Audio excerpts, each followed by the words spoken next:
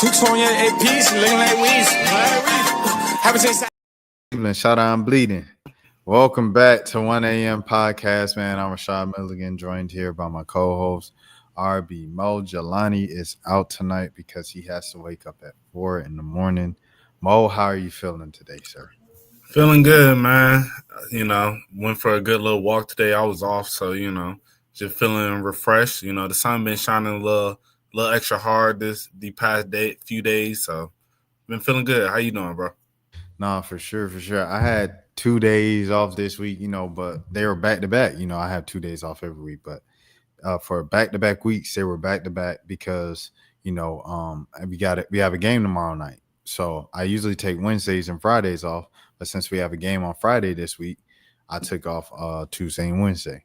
So it felt good, but like it felt so good at the end of day 2. I was like, bro, I want a week off now. Right. And it's like I like my job, but like the breaks and rest just feel good. Like I think they feel even better the older you get too. Like it just feel better and better, bro. I'm not gonna lie to you. Nah, that's a fact, bro. Yeah, as you get older, man, though, 'cause I think when you're younger, you have more energy to like just kind of do stuff in the time like when you get off of work.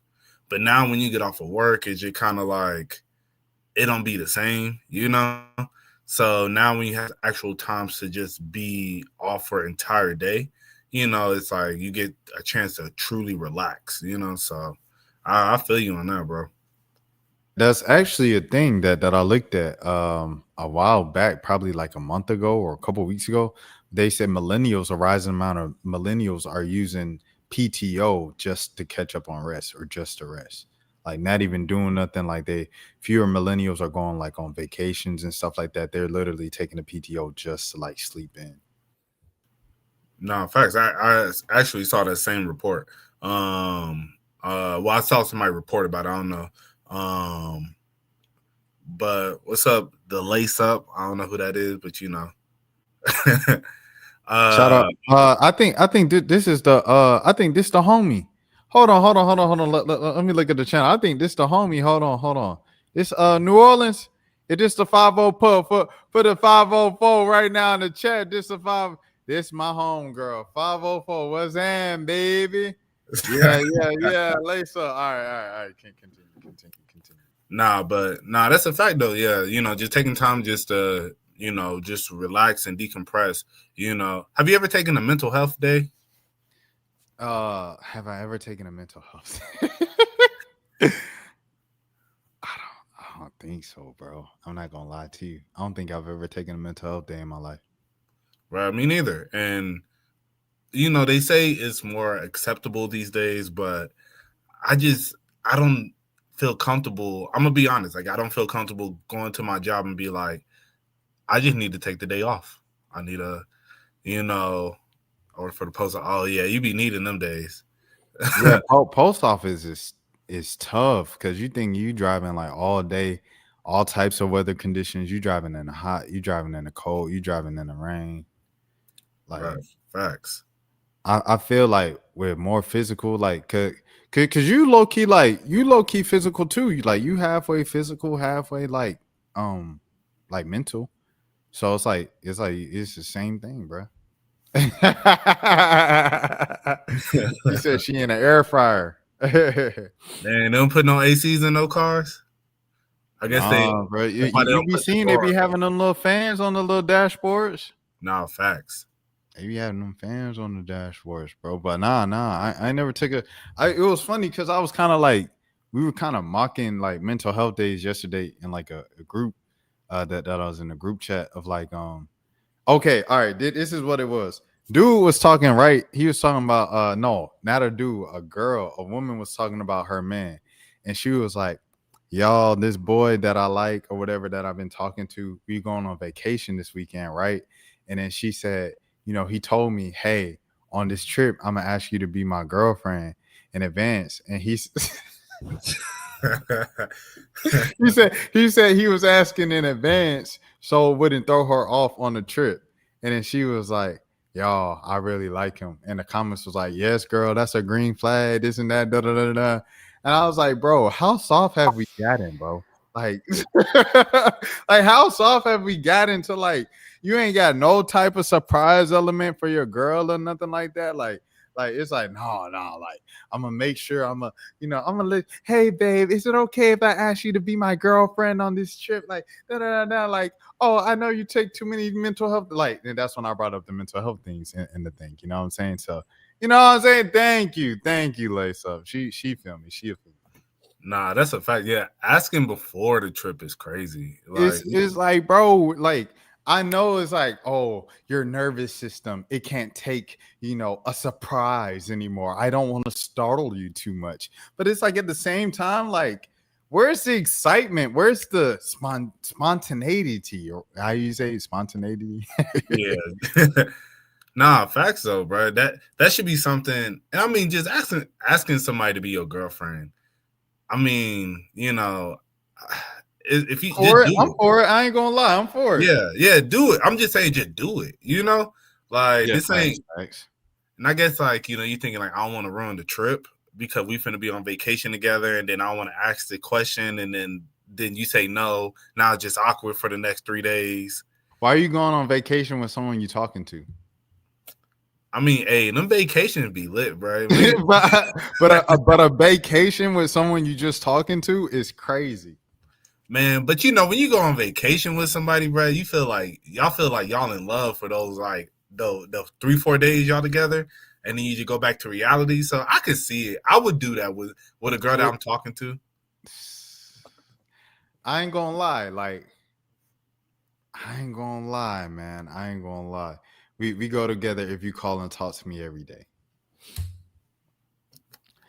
See, What that's if the it's only thing, been right? about a week? That's why I'm for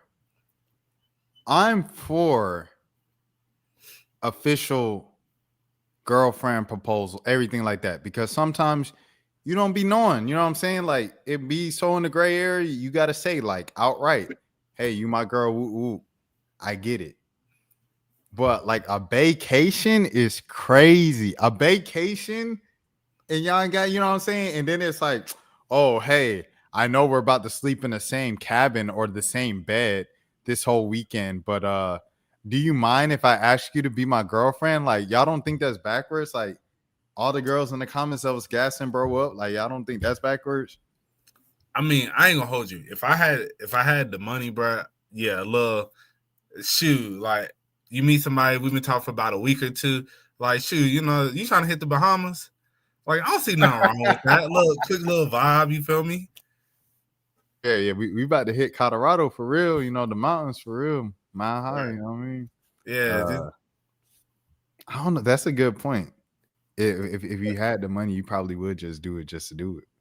yeah, I think right now, just in our particular situation, because you got to really like plan and get them like for a trip for you and somebody else. You got to make sure you got the funds and everything right. But Like lace up for the listeners, people on Spotify, Apple Music, everything like that. She said, "Nah, that's my man privileges." She said, "So she not going." So you say you want to hit the Bahamas? You trying to hit Turks? You trying to go to Turks real quick? She gonna be like, "Nah," unless like you my man outright. I mean, hey, that's for you to decide. If you see me in Aruba with somebody else next week, it is what it is. Nah, but but for real though, I think it wouldn't be that bad though. Yeah, I think it's if y'all been talking for, I mean, actually, here's a good question: how long do you feel that if y'all been talking to make that step? Because like official girlfriend. yeah, Okay, you putting me on the spot. I'll say official girlfriend. Okay. Okay, so obviously, first off, it depends on how much you like the person. I need a ring. You need a. She said she need a ring to go to Bahamas. I feel it. That's a lot. But hey, that the standard's the standard. We not official till we married. Oh no, so you be cheating? Okay, all right. Yo, Okay, so I say this. I'm gonna say this. Okay, So I need to like know, like, cause you know off top, right? Like if you like someone kinda, you like, okay, I'll give it a chance. I'll give it a try. If you like someone a lot to where you like, I'm ready to hang up the jersey, call up the roster. Hey, thank you for playing along. It was nice knowing you. Whoop, whoop, whoop. If you like them that much, okay, all right. I say about a month.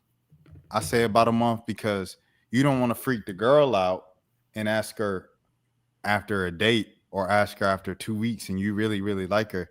Because then if you do that, then she like kind of bugging. But a month, I feel like a month is appropriate to ask if you really, really like the girl. Y'all been on like consistent dates for a month. No, facts. I agree with that. I think a month is a good time. How takes is too much. Nah, I feel that. For the listeners, she said, "Nah, fam, nah, I need to talk. Texting is too much." Man, I ain't gonna. I prefer to text, but I will hop on the phone if a girl likes to talk and I really like rock with you, then I'll definitely hop on the phone. But yeah, I don't know. I think I don't really know the time table for that. I know my last two relationships, it just kind of got to the point where the girl was just like, all right, what we doing? And then it was like, all right, okay, yeah. I remember. I feel like that's a setup for a failure of a relationship, though. It's like if you had to force me to like step up as a man, I mean, I ain't really rock. I wasn't really like, you know what I mean? Lace up. What, first of all, what do you do? Are you camera ready, Lace up? Can you get camera ready in the next, say, 10 minutes? Let me know in the chat. She said, I'm talking about to get my point across. I'm a little crazy. Are you camera ready, Lace up? Let me know if you camera ready. She said she not camera ready. She at the crib. She had a long day at work. Cause I want to just you want to come on with your camera off? It's a podcast anyway. She said, okay, never mind. Abort mission. Abort mission. All right. Cool. But I feel like if you gotta, you know what I'm saying, like push me as a man to like take that next step of commitment, then like I probably wasn't feeling you that much. Like I was on the fence. And if I was on the fence, then like I think that's part of the reason why, you know what I'm saying? Yeah. I'm in this position now. Cause like a lot of times I'll just be on the fence, bro. I be indifferent. I'm not gonna hold you. Nah, I feel you on that. I mean, I think in the situations, I know the first one we were like the last girl that was I was dating, when it was about like a month or so, and then she was just like, all right, what we doing? I was like, all right, bet, and honestly, I will say you right about that. Cause in that situation, I did kind of feel pressured. There was another girl that I really wanted to talk to, but then I'm in Atlanta. He's in New Orleans. But it was another girl I kind of wanted to talk to, but then this girl, me and her been rocking kind of heavy for like about a month or so. And then she was just kind of like, yo, like, what we doing? And then I was just kind of like, all right, I guess I'll take that step and then we are dating. But I do feel like I was a little pressured. No. Someone asking you, do you want to be my boyfriend or not? And you like, man, I guess like it wasn't like that. I mean, it's like that's how we gonna start this relationship.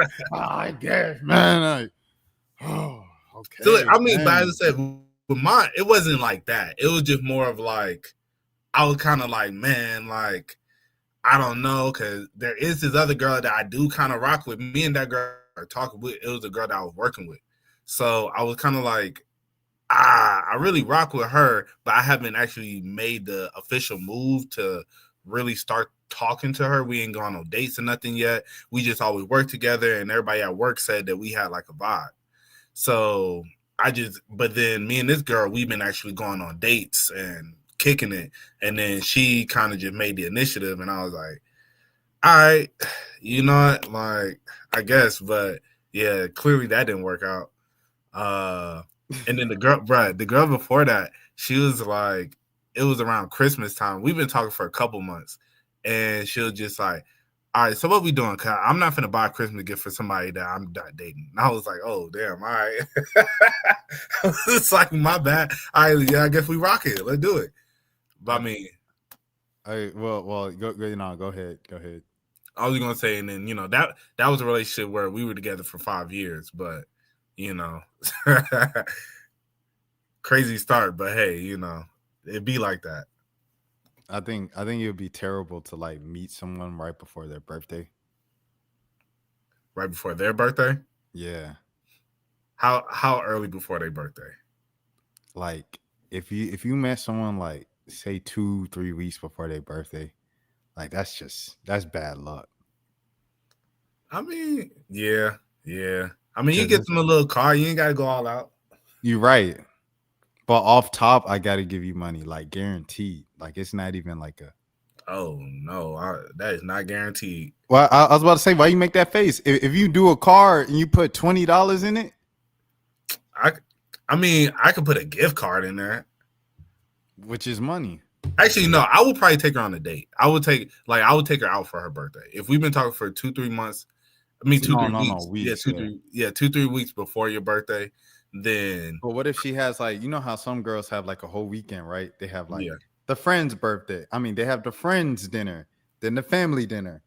Then like, what are you gonna do? Are you gonna do like a one-on-one dinner with them on a different day?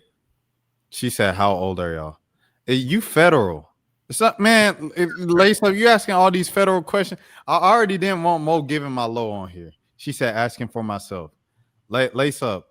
First of all, I'm gonna turn the tables on you. First of all, right? You was on your channel talking about I'm about to start dating. I'm gonna be open to dating. I'm gonna do dating vlogs, everything like that. What's going on in your dating life? Since you want to put us on a hot seat, what's going on in your dating life? All right, because I need you pressing us right now. You know what I mean?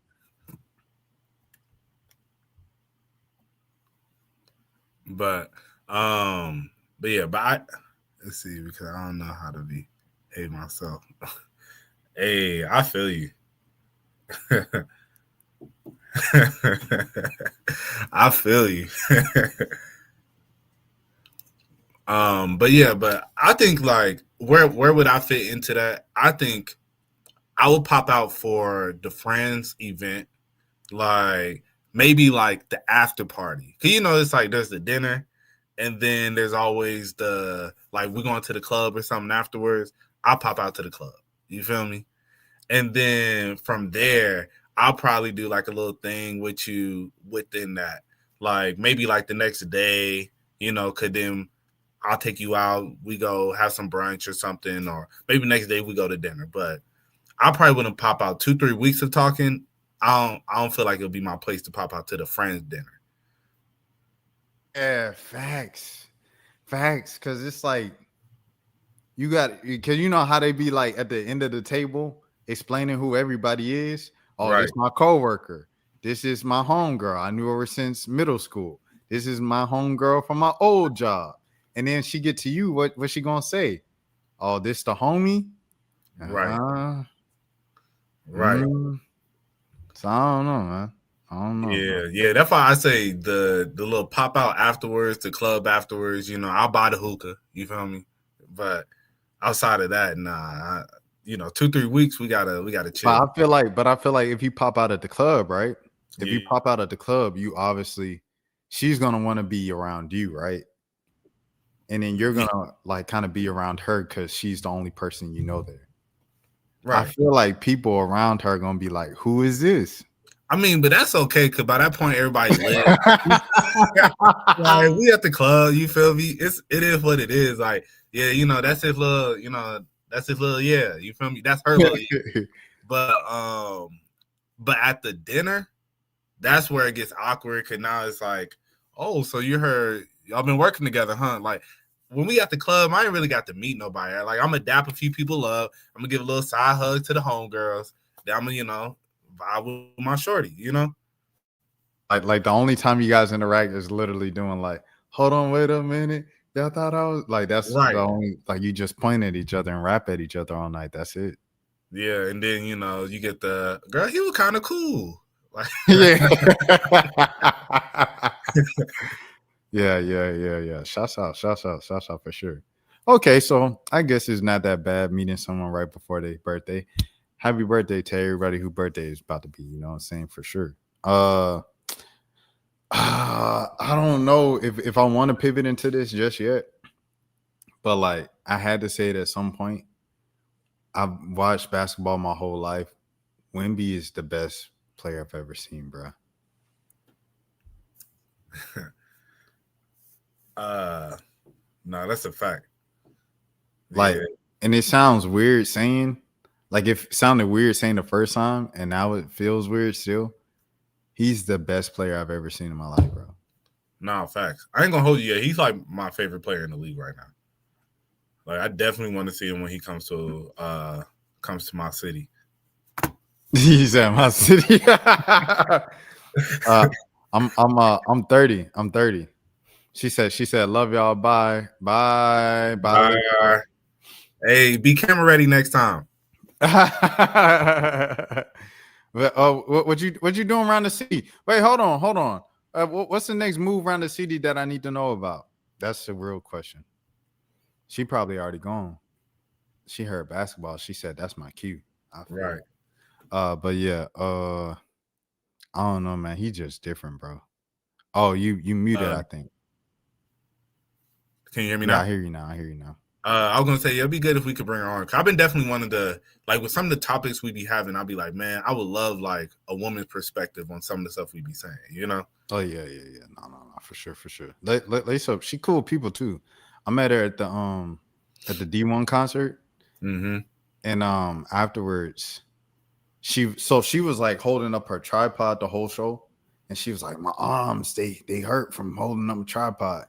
And I was like, dang, your arm's good. She was like, yeah, I feel like I got stronger.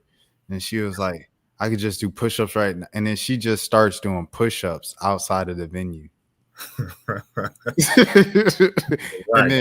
And then some other girls were looking at her doing push-ups. And then they start doing push-ups. And then D1 walks out and he's like, what's going on? I was like, I rock with y'all. Y'all cool people. So yeah. Lisa would definitely be a good guest. Yeah, we gotta try and link up with her when we come to the city, man. Oh, for sure. She was trolling Falcons fans last year. Oh yeah, so we're gonna I was like, I don't know about that one. It depends on the results of the game, right? But as far as Wemby, bro, yeah, Wemby is crazy, bro.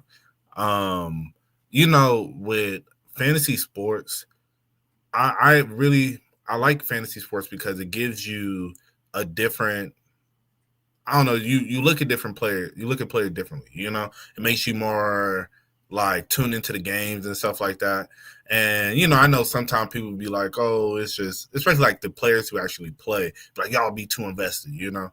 But I mean, I enjoy it, and it gives you a different type of investment in players. And I had Wemby on my fantasy basketball team his rookie year, which made me just kind of like, I wasn't watching the games, but I'm looking at his stats consistently, you know. And then I started looking, I'm like, bro, this dude is going crazy. Like, he really could have won defensive player of the year his rookie year. Like, Buddy averaged like 3.5 blocks or something crazy like that. And I'm looking, I'm like, bro, this is wild. And then seeing him constantly just get better and better, I'm like, dog, this is, I don't know how you stop this, you know? I saw him as a rookie.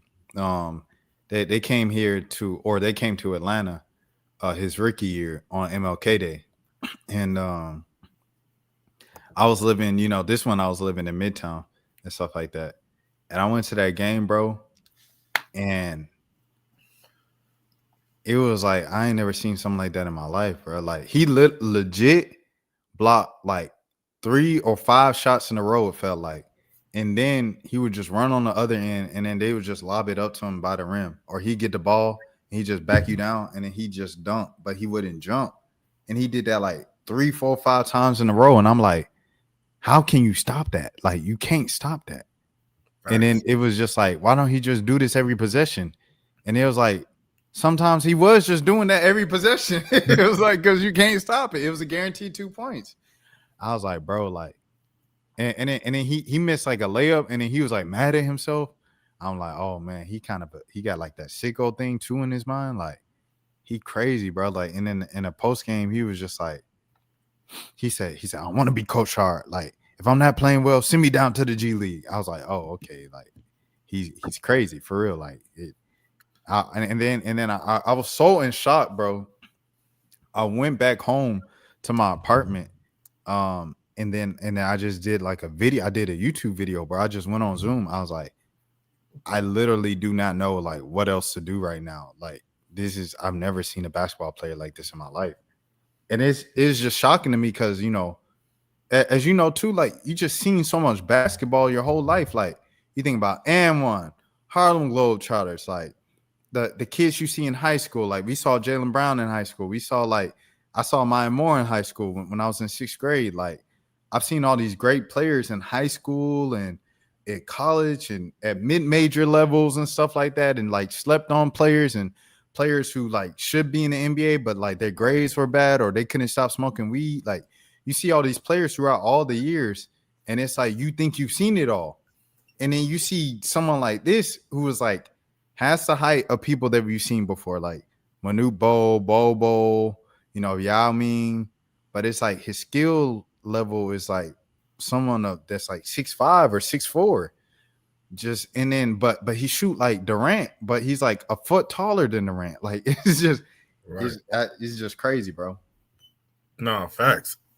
Yeah, I don't know as he continues to bulk up, and I think he's definitely going to run the league. You know, and I think also USA basketball is going to be tough to continue dominance with him being with France, because France already has a solid team, but then him continuing to like, because he's going to put on more weight, you know, as he gets older, him just getting more skilled, and then like he plays against all these players in the league already, you know, so he's going to understand their like how they play and everything. So the next Olympics, bro, I think it's gonna be tough, you know. We don't have no bigs, bro. Like, it was like Bam Adebayo, like, he already considered undersized in the league. Right. They had Cooper Flag play point last night. Like, we are cooked. Right. We are cooked. Like, we don't have no kid that, you know, is, you know, eating wheat and everything like that, and he just like 6'11" as a freshman. We don't have no kids like that. And if we do, they not good. Go ahead. How tall is Cameron Boozer? Oh yeah, the Boozer twins. That joker might be like 6'10", 6'11", 6'9", maybe at the lowest. Hold on, I'm gonna look it up right now. I'm gonna look it up. Because he can hoop. Yeah, the Boozer twins can hoop. The Boozer twins can hoop for sure. Hold on, I'm pulling this up right now. Cameron Boozer.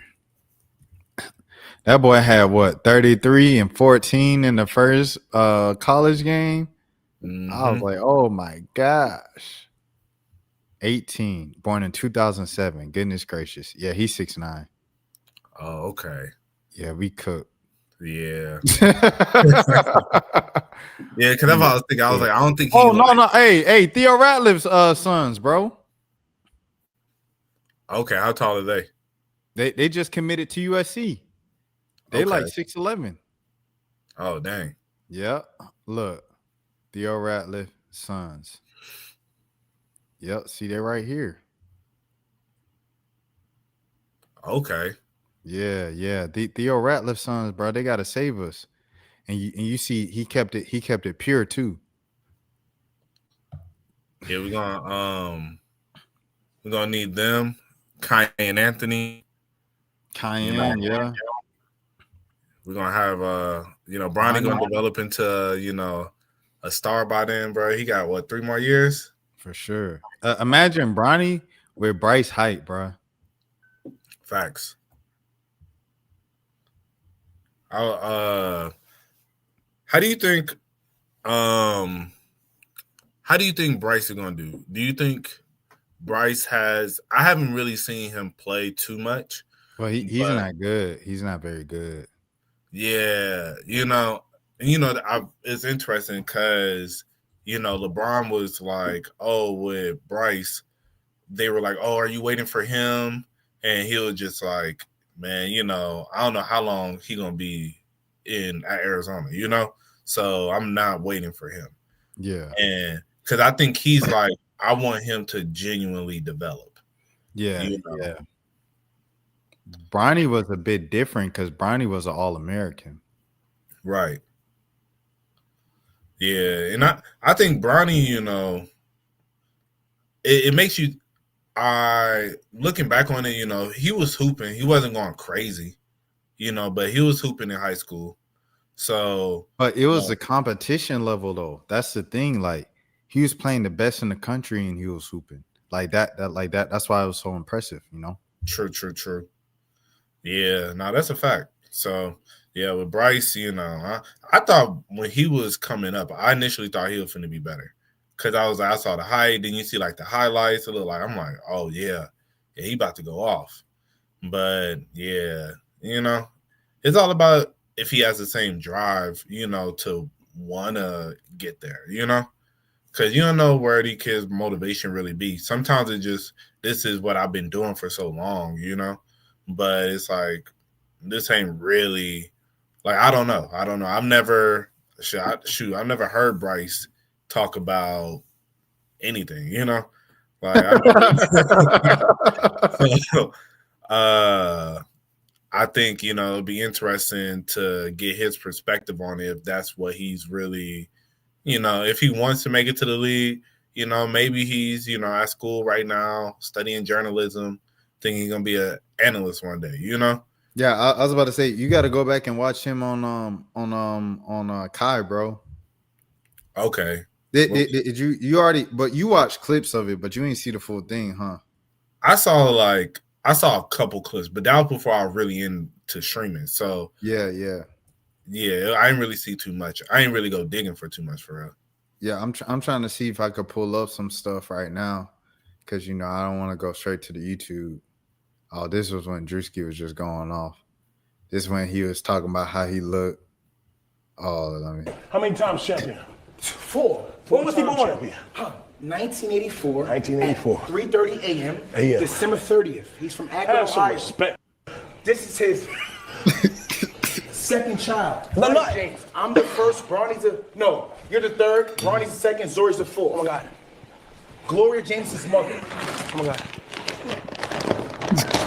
You need to pipe down. No, you need to pipe up. What is that? What? Right. But they was hooping, right? And it was raining, bro, so it was slippery. And Kevin was just like, "Hey, Bryce." Hey, he said we got royalty here. He said, "Bryce, calm down." Like he said we gonna shut it down. Uncle Kev gonna shut it down for you. Right. Oh, this man reacting on the screen. But he talked to him and everything and stuff like that. Hold on, I'm trying to see.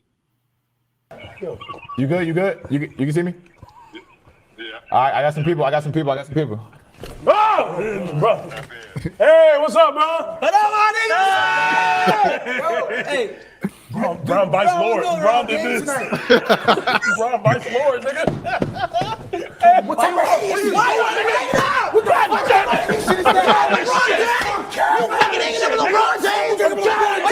Crazy. That's my first time.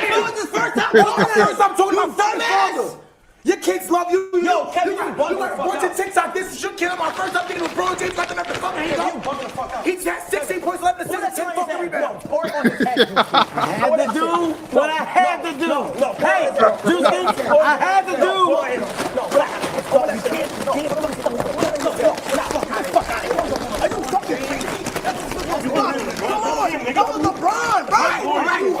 Outside of this, he was like, bro, he was like, what'd you do? He said, I'll be cooking. And he was like, what'd you be cooking? He was like, I be baking like cakes and stuff. And he said, bro, you don't be cooking for real. He was like, yes, I do, bro. But he won't say nothing. In the middle of him talking, Drewski cut him off and he was like, can you call your dad, man? and that's how this happened, bro. Just relax, Show bro. the chat. Look, listen, you just had, listen, I know exactly, I was just watching you. You just had a triple-double, you had a good game. That's what you want to add first. Basketball's most important, so a good game. You feel what I'm saying? Let Kev introduce you. Kev, introduce me. 1, 2, 3. Okay. I'll give it. I'll set it up. I'll set it up right. Yo, Brown was good, my nigga. Let me. Can you shut up? Let me do it. Like, yo, Brown was good. Hey, LJ. Hey, guy. LBJ. Can y'all stop? That kid's clearly a murderer. He's a psychopath. All right. Now, what I'm gonna do, I'm gonna make sure he doesn't have any of your private information, and I got you on this one. But I gotta watch this guy. Clearly, this guy is he's a little different. All right. This is one of those guys that'll sniff your seat when you get up. Right? Yeah. So let me. I talk to him. I'm about to switch it up, man. All right. You get what I'm saying? Fucking stage. But yeah. That was pretty much the whole thing. I was trying to get some more stuff of him talking because he was talking on there, but yeah, I guess all the clips was just him not talking to him, just being there. Right. Bro, this man was doing the Thanksgiving. I forgot he was with them for Thanksgiving dinner. Because what's his name? I think Kyrie was up here too, bro. Nah, I ain't never seen none of these. Bro, yes, bro. But this was a funny one, bro. Bro, look, he had Roll Tide Willie, bro. And Drewski got in trouble because he called this little kid fat, bro, and he made him cry. And then I heard about that. Yes, bro, he made him cry. But yeah, man, to say that, we not dependent on Bryce in America, bro. But Marcus Spears' son, number 1 in the country. Yeah, I saw that. So we got Marcus Spears' son, we got Cooper Flag, we got the Boozer twins, and we got Theo Ratliff's sons. Right. They must be twins too. Yeah. So, yeah, go ahead. No, I was gonna say looking like it. Yeah, so we got 2 sets of twins. So we got 4 players right there. Then we got Cooper Flag, that's 5. Then we have Marcus Spears' son, that's 6. We got 6 players already. No, facts. Yo, let me ask you a question. Yeah. Does Mikey Williams make it to the NBA? No. Yeah. And I only say that because it's like he would have shown something in college now if he would have made it to the league. Because nowadays, but it's not even just nowadays. I think anytime past 2007, bro, especially at a certain height, if you're not putting up certain numbers, bro, by like your junior year, it's over with, bro. Right. And like this is Mikey like 3rd year in college, bro. This is his 2nd season, but he's been in college for 3-4 years. Like this Bronny's 2nd season in the NBA, like those are his classmates. And I think, to go back to Bronny, bro, he's actually on point with like his peers. Like you look at Amari Bailey, his classmate, you know what I'm saying? Amari Bailey was the best player on the team. Amari Bailey is 2-way, bouncing back and forth between the NBA bench and the G League. Right. Zaire Williams, the star player before that, he has the height too and the talent, and he was undeniable at Sierra Canyon. That joker is a 2-way, end of the bench NBA player. BJ Boston, same thing. He in between the G League and the end of the bench in the NBA. So it's like Bronny is literally on pace to where he's supposed to be. His name just Bronny James. Right. No, facts. Yeah, it's crazy how none of them really panned out, to be – I thought BJ Boston was going to go crazy. I don't know if, him being behind – who was it that passed? I can't remember who it was. That player – Terrence. Yeah. Yeah, so I don't know if that like mentally has some effect on him, going into his season. I mean, where did BJ Boston go to college again? He went to Kentucky, right? Yeah. I mean, he didn't do too much over there anyway. So, so I don't know. I thought BJ Boston was going to be fine. Zaire Williams had a good start playing for Memphis. Yeah. Who does he play for now? I know he got traded from them. I think he was on Brooklyn for a little minute, wasn't he? I think so. BJ was down here. BJ was in New Orleans last season, and when Ingram got hurt and stuff like that, he started getting minutes. And he was like a 10-day, and then they just signed him because everybody else was hurt on the Pelicans. And he had a couple, you know what I'm saying? He had a couple stretches where he was just scoring, but that's all he was doing. He don't play no defense. He just score. Right. And I'm like, well, that kind of sound like in line. Zaire, though, I believe he was on Brooklyn for a little bit. Let me see where he's on now. I seen him in the G League. He's still on Brooklyn now. Okay. Yeah, he's still on Brooklyn. Did he play last game? Yeah, he had 1 point and 3 rebounds in 15 minutes.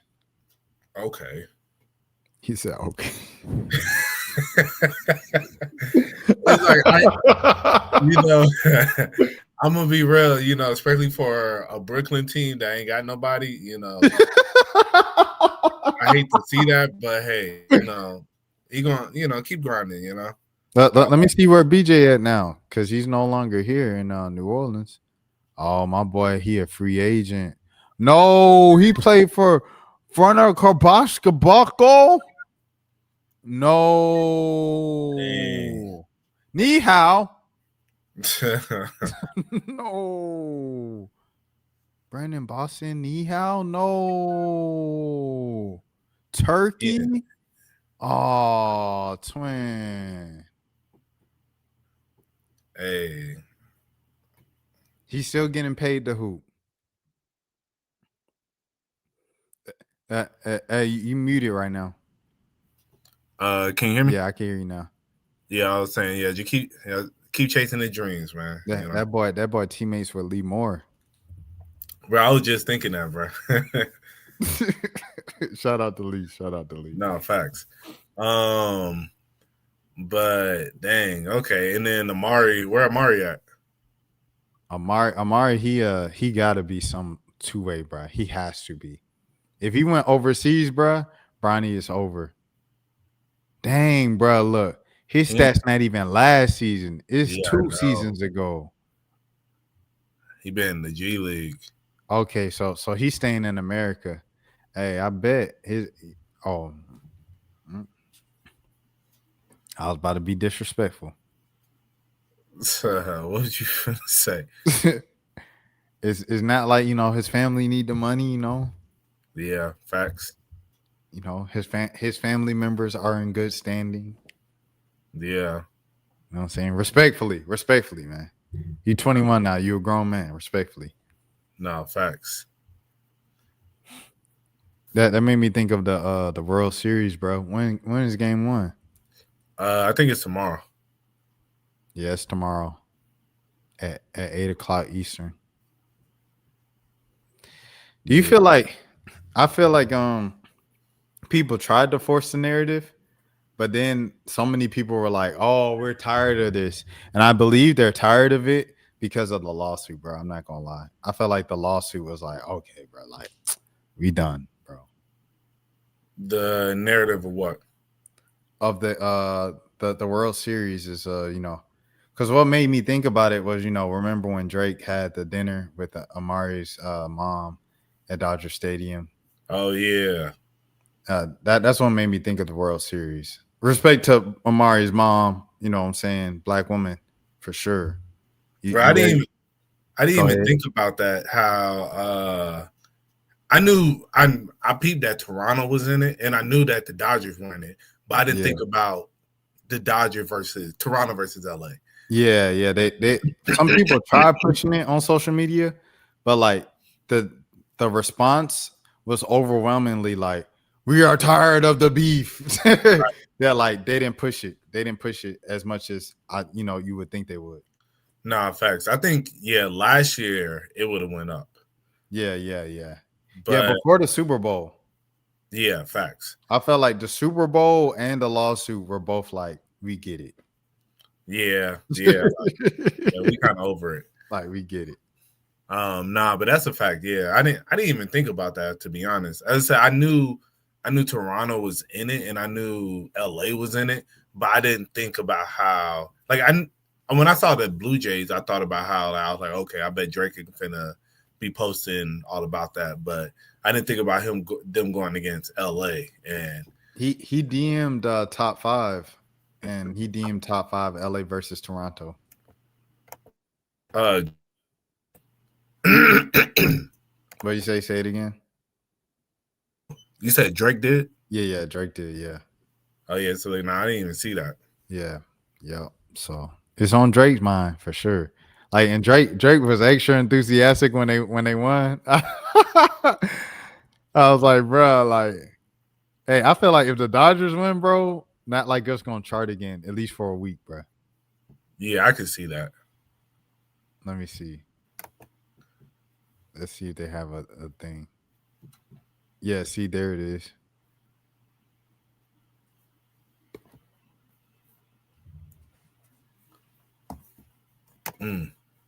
So, yeah, man. Yo, I was watching Justin Bieber stream earlier. Oh, you was what? He was streaming tonight? Yeah. Oh, he really streaming every day? Yeah. He excuse me. He streamed twice today. Twice today? Yeah. Oh, I feel like this gonna be one of them things where like he gonna stream OD for like a month and then never do it again. No, in fact, he's streaming right now. Justin Bieber streaming. Hold on, let's pull this up, man. Let me check in on the Biebs, huh? Let me check in on the Biebs, see what the Biebs doing, huh? We got. So look at my following, bro. Like everybody stream now. This don't even make no sense. Right. Joe Spencer, Ray J, Phantom, Dre the Topic. I need to follow Ray J. I don't follow him. Yeah. I follow Ray J from I followed him during Streamathon just to get like to know when he's going live and stuff. Samaya. Oh, there's Justin Bieber right there. Oh, he's streaming rehearsal. Yeah, he was streaming making a song earlier. Oh. Yeah, but that's what I was finna bring up. So like I'm watching the stream and the girl playing the piano right there with the red hair, like she was doing her thing. And then it threw me off because look at who's on the mic right there. I don't know if you could tell. Was 6ix9ine earlier? Yeah. Look, Johnny looking at Mel highlights. My ears pierced, so I couldn't take my earrings out. Right. Hey, I ain't gonna lie. Mel, he over there caption baiting. I don't know the exact word for it. He clip farming. He not clip farming. It's like he caption farming, I guess. Cause look at the caption. Do you follow him? I don't follow J Cinco. Well, yeah. Cinco feed. J Cinco. Face to face with Capaholic since the drama. Oh yeah, bruh, he hooping. Yeah, they like I don't even see them there. Ain't got nothing to do with Capaholics, bro. And it's like because bro, that's a TT boyfriend. Okay, TT boyfriend, bro. I feel like he just big for no reason. Pause. That man ain't boxed out or nothing right there. But yeah, I had saw that when like you was talking about like who's on, and I saw that caption. I was like, okay. And then I look and I'm like, this man just hooping. And I was like, I don't even see none of them there. Right. Cause I'm like, I know the shade not there. The shade lit right now. Yeah. And yeah, I don't see where does 6ix9ine live? I don't know. He probably lives somewhere in LA. Nah, because Deshae had to catch a flight because he missed it yesterday. Oh, then I don't know. Maybe somewhere in Florida. I don't know. Yeah, he probably live in Florida. So yeah, Deshae in Florida. Deshae been carrying though. We've been talking about that. Deshae literally been carrying that whole house. Facts. Derek, he had a good come up this month too. Like I ain't seen none of his streams or nothing like that, but like I see his clips a lot. I really go by like how many clips you have. I feel like to be a streamer for real, you gotta like either create your own page of clips or you gotta like, you know what I'm saying, get people to clip you, bro. Right. Cause that's literally how people determine if you making noise or not. Like they don't even care if you like got subs and stuff. Like that phaseathon, I ain't watched like 1 second of the phaseathon. But like I see them clips that be like, your Rage got 50,000 subs for the first time. Silky got 40,000 subs for the first time in 3 years. And you see them clips, you're like, oh, they must be lit right now. Phase doing it. You know what I'm saying? You don't even know for real. But yeah, I haven't.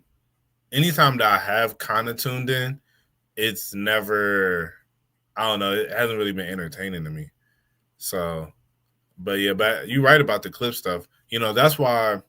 I know I always pretty much like Ben. I think I fell asleep or whatever, or he was off doing something else, and then so just a cameraman, and so the cameraman just sitting there talking and was just explaining like his process for everything, you know, and how like I'm like he was like, yeah, I'm usually up after we stream for like another like hour or two, and I'm just cutting up clips, and then I'm just like posting clip after clip after clip, you know, and he was talking about how he used to work with I think he worked with Agent. Yeah. I remember you saying that. Yeah. So and he was like, yeah, like he helped Agent grow his YouTube channel I want to say his YouTube channel to help him get like 1 million subscribers or something like that. And then so I was like, and you know, when I saw that, him talking about how much he done, like the different people he worked with and stuff, I was like, oh, okay, Ben finna go up in this. That's what. Okay, I remember now. Yeah, because I like and I feel like Ben has definitely I think he's genuinely funny, but his clips, like he makes great clips, you know. Yeah. So, but it's more difficult to do clips in long form. Like we were just talking about it at work today. Because they would give me the rundown of what to do this season and stuff like that. It's some behind the scenes stuff. I don't even really talk about my job like that on here. But someone asked me about it today. They was trolling. They said, "How does it feel covering the Pelicans, knowing that they're gonna give the Hawks a top 3 pick?" And then I was talking about it a little bit this morning. Shout out to today. But yeah. I say all of this to say yeah, we were at work today and they was talking to me about like what they really wanted from me, with the Pelicans this season. And they was just like, yeah, we want you to do this thing on Instagram and, kind of pretty much doing what you're doing. Just keep doing what you're doing. But like we're gonna rev it up and kind of give it like an official name and this and that. And he was like, yeah, man, how we were talking about last year, once we get a writer, we're gonna do a Pelicans podcast. I was like, yeah. He's like, there's no need to do a pod now. It's like when we do a pod, we chasing after the other people who have a pod. You know what I'm saying? Where we could just like set ourselves our own thing in something. And I'm only saying this out loud ahead of the season because I already kind of I feel like I established like Rashad started this last season. So if anybody hearing this or whatever and y'all gonna try to run off with the swag, remember, I was already doing Instagram videos and social media videos at the Pelicans game last season. So it's already done. But yeah. But like he was like, we just want to we could set our own mark in this thing of short form content. You know what I'm saying? Because trying to get people to watch long form content when they already have long form content to watch is difficult. You know what I'm saying? Like, I mean, you seen it here firsthand with 1 a.m. Like 1 a.m. Okay, yeah, like sometimes on the live, we get a couple people as lit and stuff like that. But boy, when we post them Kendrick and Drake clips, 600 views, 500 views, comments popping.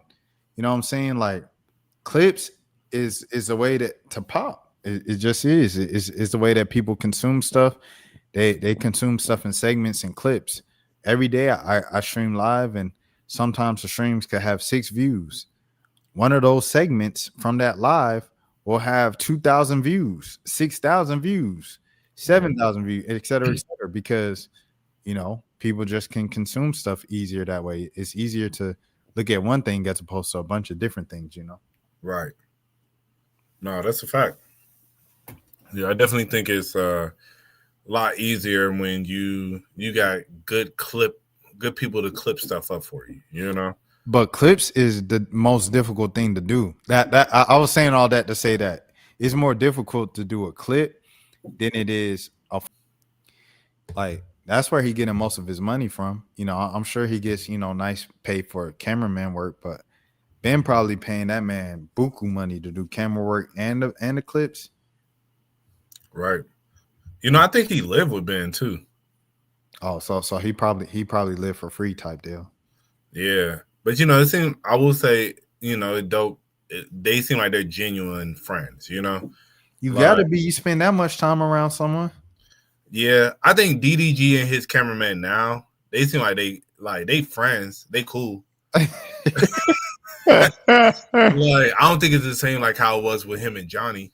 Yeah.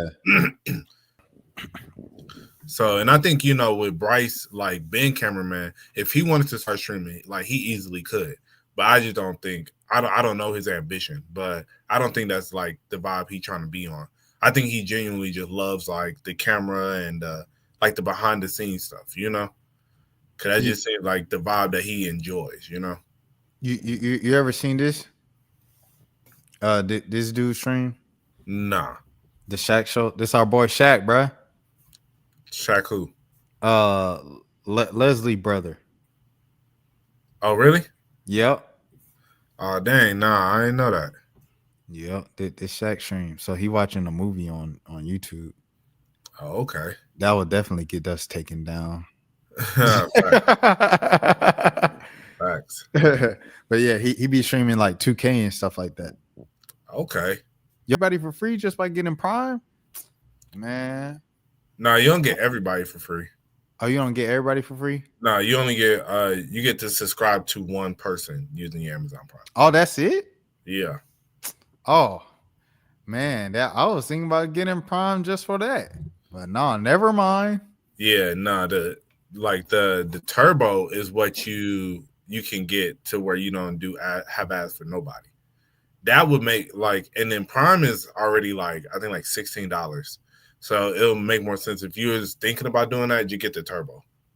Cause turbos I think is like $12. $10, $12. Oh, $10, $12 a month? Yeah. So it's like YouTube premium type deal. Yeah, pretty much. Yeah, that's why I got turbo. Cause I be tired of the maps. But the ads on Twitch be OD, like they worse than YouTube ads. Exactly. Yeah, that's why I was like, I can't do this. Like, I can't watch this. If that's what they doing, So I mean, but does it count as a sub though when you watch someone's stream? No, I don't think so. So you still gotta pay for a sub for them to be like, thank you for that sub. Yeah. Oh, that sucks. Yeah, but I mean, hey, it don't suck for me. I ain't got no ads. Yeah. You was like, at least I get the entertainment. That's all I wanted. Exactly. Dang. But yeah. The passing of the torch thing was the main thing. Like my biggest thing first before we got into I guess we could get into the gambling thing now. But it was like LeBron fans, they started posting. I don't know if you've seen it, but they were posting like clips of LeBron getting hacked. And they was like, what they say? They said, they said Wemby can never play in this era. And they was like, no way one game turned Bron fans into Jordan fans. Right. No, for real though. Did you see Mark Phillips at the game? Nah. Bro, Mark Phillips was at the game too, bro. Hold on. He is right here.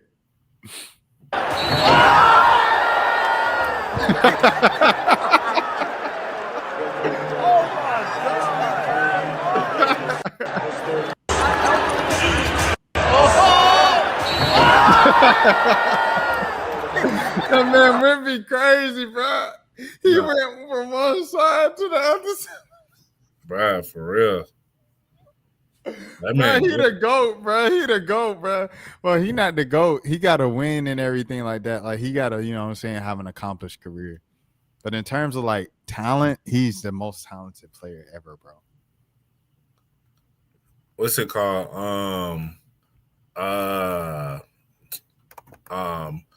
Speaking of goats, I think what's his name, Otani. I ain't gonna hold you. Yeah. Yeah. Otani, bro. We talking about. 'Cause I know last episode, as I said, like we talked about not giving people they, not making them, goaded too soon. But Otani, bro, different, dog. I remember when they was trying to make like Mike Trout, they was trying to make him the GOAT. Like, it was probably like 10 years ago. They was like, Mike Trout, he might be the GOAT. He just on like the worst team. And it was like, to think that the Angels had Otani and Trout for multiple years and still won nothing. Oh my goodness. You had to be a generational, like, terrible team. Right, facts. Bro, that man had 10 strikeouts, 3 home runs in the same game. And a walk.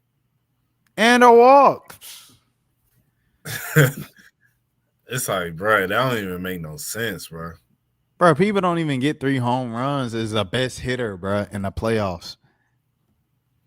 It'd be funny when people do stuff like that.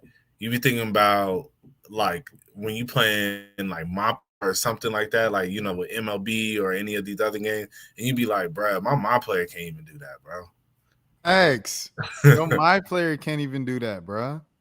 3 home runs in a NLCS game, bruh. Yeah, buddy.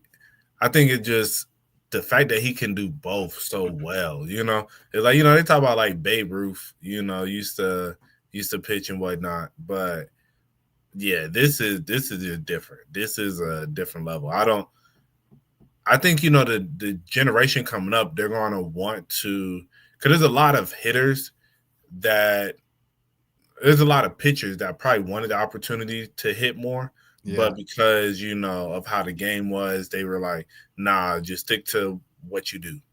But I think coming up there will be more people like Wemby, because I think my bad, like Otani. But I think there will be more people like Otani because of the fact that I think they will be given more opportunity, but he is setting a new precedent, But here's the thing though about that.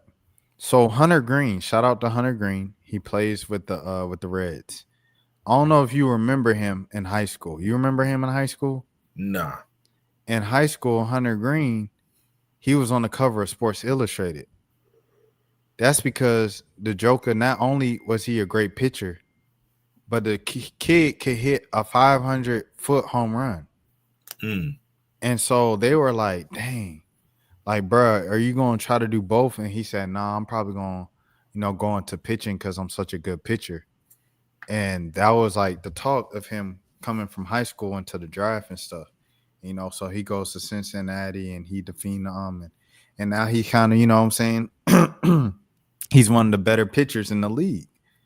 But when you say what you said about Otani, I can't help to think about this kid right here, bro. And like, because just imagine what he would have, you know what I'm saying? Like because another reason why he was such a big deal back then, this is Notre Dame High School in the LA area. Mm-hmm. Another reason why he would have been such a big deal is because he was black. So it was like he was going to be like the kid to save baseball for black people, for black kids to look up to and everything like that. Like they were already hailing him as that, like the LeBron of baseball and stuff like that. Right. Imagine what would have happened, bro, if he would have like been able to do both. Right.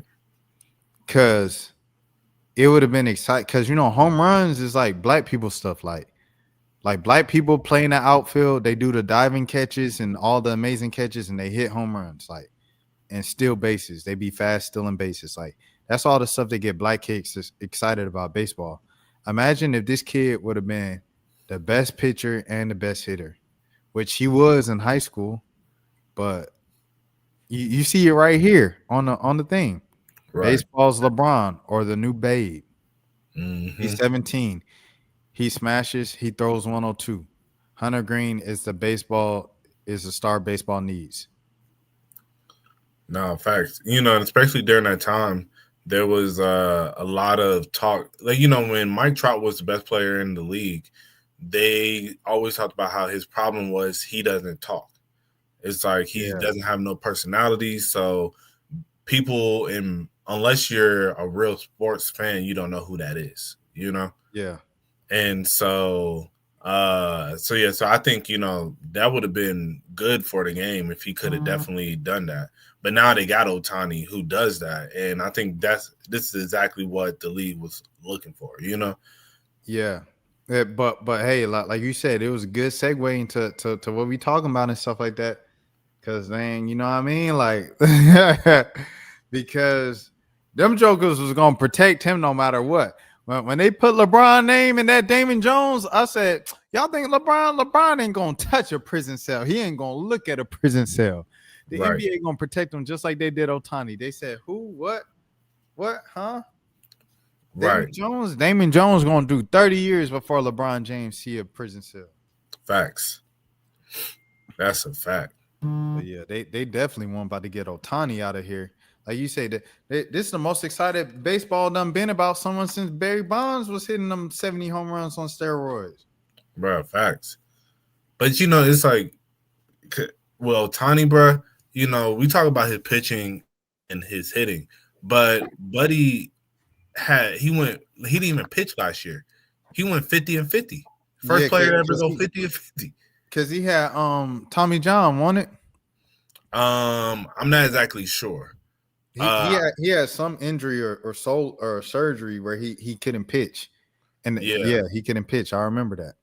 Yeah, so he was like, I'm gonna just focus on hitting, and went for 50 home runs and 50 stolen bases. See, I didn't know he did the 50 stolen bases. Oh, yeah. He was the first player to ever go 50-50. Like, you know, they got the 40-40 club. Acuna ain't get it? Nah. Dang, I thought Acuna had 50-50 1 year. Nah. Let me see. Acuna 50. I think he had like 40-60 or something like that. Oh, he had 40-70. Dang, he had 73. Dang, that's crazy. Yeah, I remember that. Because he took the base after he did it. Mm-hmm. Like, it was a big deal. But yes, I mean, I don't know. 40 and 70 those about equal. I don't know. I might take the 40-70 over the 50-50. Because 70 is crazy. Acuna probably like the fastest player, bro. No, facts. But he got that power too. Like, he different for real. He just be hurt all the time. Bruh, facts. Like, he really the best player, bro. No, facts. I'll give you that. Like, he probably the face of Atlanta. Like, if he was healthy. Yeah. Like, because he was hurt during the World Series. Mm-hmm. They got the championship. You hurt. Like, if he was playing during the World Series and he would have got World Series MVP, oh, yeah, it would be no doubt. It's his city. Right. But since he was hurt, whose city is it? It's still, you know, it could be Bajan City. You know, it used to be Julio City. It could be Trey City. It feel like it's kind of leaning towards Trey. It's probably Trey City. It was Dansby City for a little bit. Man, shout out to Dansby, bro. Dansby was definitely running Kennesaw and Marietta. I mean, I ain't gonna hold you, bro. Like, you would definitely see Swanson jerseys all throughout the city. Like, during that time, because he a hometown kid. It's not even the hometown kid, bro. It's like, you know, especially the white people love him, bro. Like, especially the women, bro. You know, a lot of times that's like Joe Burrow.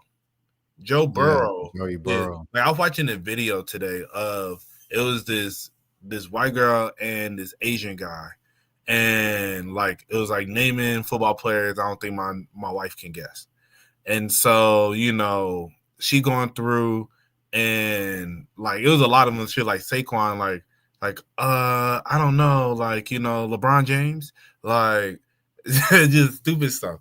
But then as soon as they pulled up Joe Burrow, she was like, "Oh, easy, Joe Burrow." Yeah, and I was like, Yeah, I was like, what? You It's the know? same thing with how it used to be with Odell, bro. Facts. Right. Man. I Oh, think go Odell ahead. might be the most overrated receiver of all time, bro. I think he was a great Okay. receiver for a So moment. see, here's the thing though about Odell. Odell had his run, right? Like Yeah. you were about to say. You get 5 years, okay, you get 5 years of being great. Then you get a ring. I feel like regardless of however else the rest of his career went, which was pretty much just injuries, that's Right. a good career, bro. Like, you know what I'm saying? That's a good career. That's a better career than Ocho Cinco. No, I think he had a really good career, but for him to be in like the top 5 conversation with so many players at times. Oh yeah, no. He not Antonio Brown, and all the crazy dudes, like he not nah. Yeah. Different stratosphere.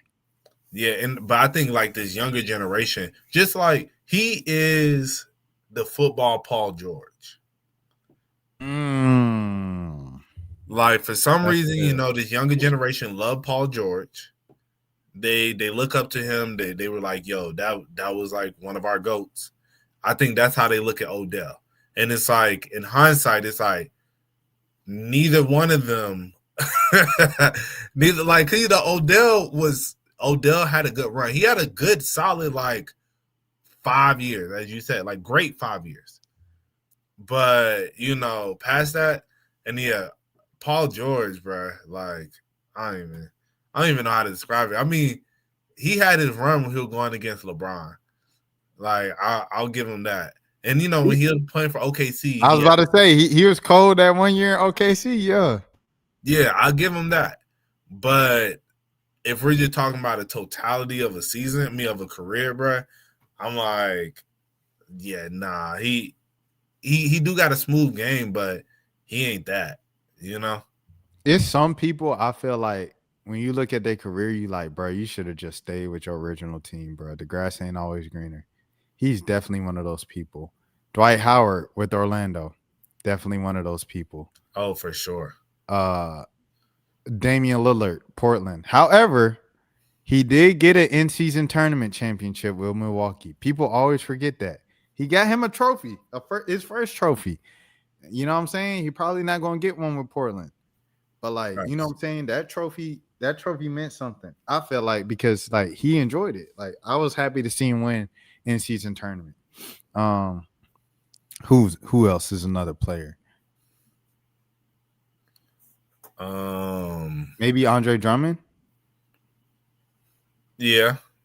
Andre Drummond should have never left the Pistons, bro. Yeah. I mean, but I see why, because it's like they wasn't going nowhere. So Josh Smith should have never left the Hawks. That's a good one. He for sure should have never left the Hawks. Because he just became oblivious after that.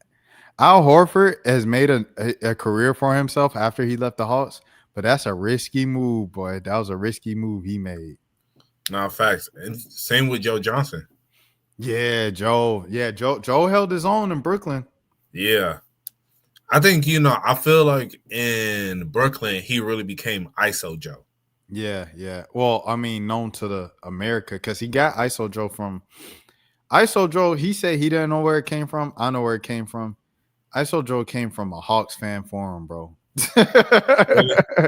Yeah, because they were roasting Mike Woodson because they were like, he don't call no plays. They said he just just get the ball to Joe every possession. They said ISO Joe. They said, and they started calling Mike Woodson ISO Joe. So when ISO Joe started, it started becoming like mainstream. Like when he went to Brooklyn and he was doing them little when he had Paul Pierce on his knees and all that pause and he was between the legs and all that and they're like ISO Joe. I was like, yo, that joke made it from like that's crazy. I don't even think because he says in all of his interviews, I don't even know where it came from. People just started calling me it. That's where it came from. I don't even know if Joe. I don't think Joe knows that. Yeah, probably don't. If I ever see him again, I'll just tell him like that's where it came from, bro. They're making fun of Mike Woodson. No, facts. But I was laughing earlier when you was talking about Odell because there's an old tweet of like Odell in like a McDonald's uniform, and it said Odell Beckham Jr. if he never made the catch. So it ain't that drastic. I don't think bro. I think the catch definitely propelled him, but he put up great numbers. Like that's why I say he had like a good 5-year run. But it's just I think a lot of people overhype it, you know. So well, I think that's also due to great marketing. Right. You know, he marketed himself well. He did the haircut with the patch and stuff like that, and then he started doing all the trending dances, and that just made him marketable. And like after a while, you make yourself marketable enough, people like you so much, and they laugh at you so much, they forget you don't know how to play. Right. Or you're not that good. I'll say you're not that good. Like you don't know how to play is crazy for all that back. Yeah. Or that you're not that good anymore.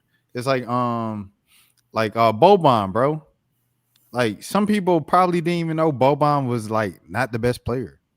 Right. They just laughed at him and thought he was funny and thought he was cute with Tobias Harris, on the commercials and stuff. Another example, going to the WNBA, Sydney Colson. Shout out to Sydney Colson, funny person. She don't play much in the WNBA, Going back, buddy, light-skinned Duke Dennis on the OKC Thunder, Jalen Williams. Folks didn't even know Jalen Williams didn't even play until the finals, where they watched the finals and they said, wait, bro, don't even get in the game? Because he on all the memes. He in the streams with Ray. He everywhere. Right. So, yeah. Nah, that's a fact. You remember when Odell had those anger problems, bro? You said those ankle? Anger. Oh, yeah. No, for sure. Because they would compare him to Tom Brady all the time on social media. I don't remember that. It was like they was calling out racism, like because they would call Odell Beckham like a problem, a distraction, like out of control, and then they would show Tom Brady do like the same thing, and it was like quote unquote passion. Yeah, I mean, I will say, so Tom Brady wasn't going for headshots in the middle of a game. Because Odell was definitely, because I don't know if you remember, he had that thing with, I can't remember what that cornerback was, but every time they matched up against each other, it was always something. And then I remember he went for a block one time, and then he got ejected out of the game because he like hit him. I think it was helmet to helmet, like a blindside, like helmet to helmet hit. Odell was definitely wild, and I remember that. Yeah, like so that's why I like, but I do get it. Like I do feel them with like like Tom Brady did. He used to be definitely angry. But I think it was just a little bit different with Odell. Not to like, make it be like, oh yeah, like oh it was okay what Tom Brady did, but I do feel Odell was at another level though, because like he was on the field really. Like him in that net when he was sitting there, like he got into it with the net. You remember that? Yeah, no. They will play them clips because it would be a clip of Brady slamming the helmet multiple times on the bench, and then they would show the one of Odell, kicking the net and hitting his head or whatever and stuff like that, and still acting mad and stuff like that. They would put that side by side, like. That's literally the only reason why I even remember Odell's like little tantrums is because they would put it side by side with Brady and be like, why is one looked at as like hot head, out of control, anger, and then the others looked at competitive. Like that's literally the only reason why I even remember it. Right. Yeah. And also I will say, like, because not to, as I say, like, I don't want to just be like, oh, well, like Brady was, play. I don't know the exact word I'm looking for, but I do feel like also Brady would get upset, but then he'll go into the game locked in. I think, that was the thing with Odell during that time was he would get so mad he was uncontrollable. Where it was like, because I vividly remember it was times where like he's on the sideline crying so mad, where it's I just remember like, that. Yeah. and it'll be like, it's like, bro, like lock into the game, but it's like he's so mad that he's not even like locked in no more. It's just like whatever he upset about is the only thing that he cares about right now, Didn't he have a thing with Josh Norman? I believe so. Yeah, that one was crazy. Yeah, That might have been the one where he was crying. Yeah, 'cause I think that's the cornerback I was talking about where he did the headshot. Or no, I think they just fought. No, he did. I think that was who it was. I'm almost positive. 'Cause I think they fought, but I do remember I think like he came and hit him with like a helmet to helmet. But I remember watching that game too, and I remember it was like, bro, like look at these pictures, bro. Just look at the pictures, bro. Like, facts. this is ridiculous, bro.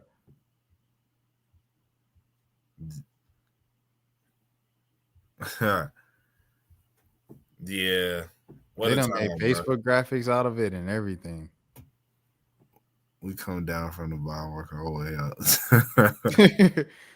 How he act out. You gonna be Michael Jackson?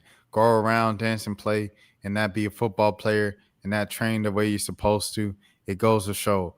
I hope I pull back this mask. What this dude really is. You saw it, Josh Norman. Yikes. Dang, I ain't gonna lie. We used to have real football. We had real sports.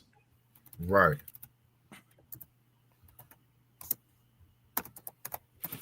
Dang, these was the days, man. Yeah, man. That was it was a good time, man. Good time. Oh, that was it right there where he hit him.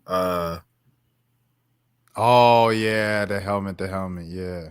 Yeah, that's when I was just like, oh, you gotta go. Like I said, I remember watching that game. I was like, oh yeah, you're a danger, bruh. Bruh, just when he scored on him, did he like whip over him, bruh? Yeah. bruh. Oh no, Odell was doing too much, bro. Odell was doing too much, bro. Yeah, that's what I'm saying. Like, yeah, Odell was wilding, bro. This Anthony Jennings teammate too. Anthony Jennings, him was homeboys. They probably still cool now. Yeah. That's crazy to think Ant was playing with Odell, bro. No, facts for real though. He was throwing touchdown passes to Odell Beckham Jr. Yet when he stepped over him and hey yo, that was good times, bro. But okay, all right. You ready to get into the gambling, bro? Oh yeah. All right, let's go ahead and get into the gambling, man. So what was your just initial reaction and everything to the gambling and we'll go right there. I guess initially, seeing Chauncey, I was like, bro, that's crazy. With Terry Rozier, I was like, dang, they actually got that boy. Because they've been talking about that for a minute. Oh, they've been on Terry head since Jonte Porter, bro. Right. So I was like, dang, like, okay, so they actually got him. Chauncey, I was like, what? And then like hearing more about it, about how they were running, like, well, how Chauncey was, they were luring people in, like, get a chance to play with NBA players. And, they were sitting here cheating and whatnot. I was like, that's crazy. But then the thing that topped it off was when they said La Cosa Nostra was involved. And they were like, yeah, the Gambino family, blah, blah. I was like, is this the 1930s, bro? Like, what's going on? They had the mob, bro. They had the real life mobs, bro. Yeah, that's what threw me off. I was like, bro, y'all really, this is crazy. Like, really having the mob. But then it made me wonder, I was like, at what point was it like it went from a choice to, hey, you better come to the next game? Someone said that man Gilbert gonna end up like Jay Leno. Jay Leno. What happened to Jay Leno? Okay, great question.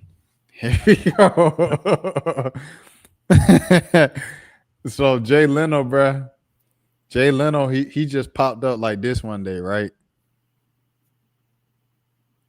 They said, Jay, what happened? He said, oh, I fell down a hill. Everybody's like, bruh, don't nobody believe that, bruh. What really happened? He just keeps saying, I fell down a hill, bruh. Wow. And then we kind of just left it at that and then moved on to the next thing, bruh. Right. Yeah, no, I didn't even. Yeah, I mean, I can see that. So they said that man Gilbert Arenas, he keep making jokes about this. He gonna end up like Jay Leno. Facts. Yeah, bro. But I mean, it's crazy, bro. I would not be surprised if they do get more people. You know, people start snitching, and then more people are involved. But overall, though, I think, you know, I definitely feel like this is a very unfortunate situation, and them boys will never see a NBA basketball court ever again. So there's the thing, though, with Gilbert. Is Gilbert really innocent?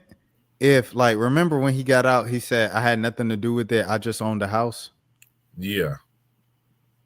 If the players if people who were doing the games and everything like that in the house that you own, if they were former NBA players as well, would you have any type of like, nah, you guilty too, bro? Like, isn't that kind of like common sense, right?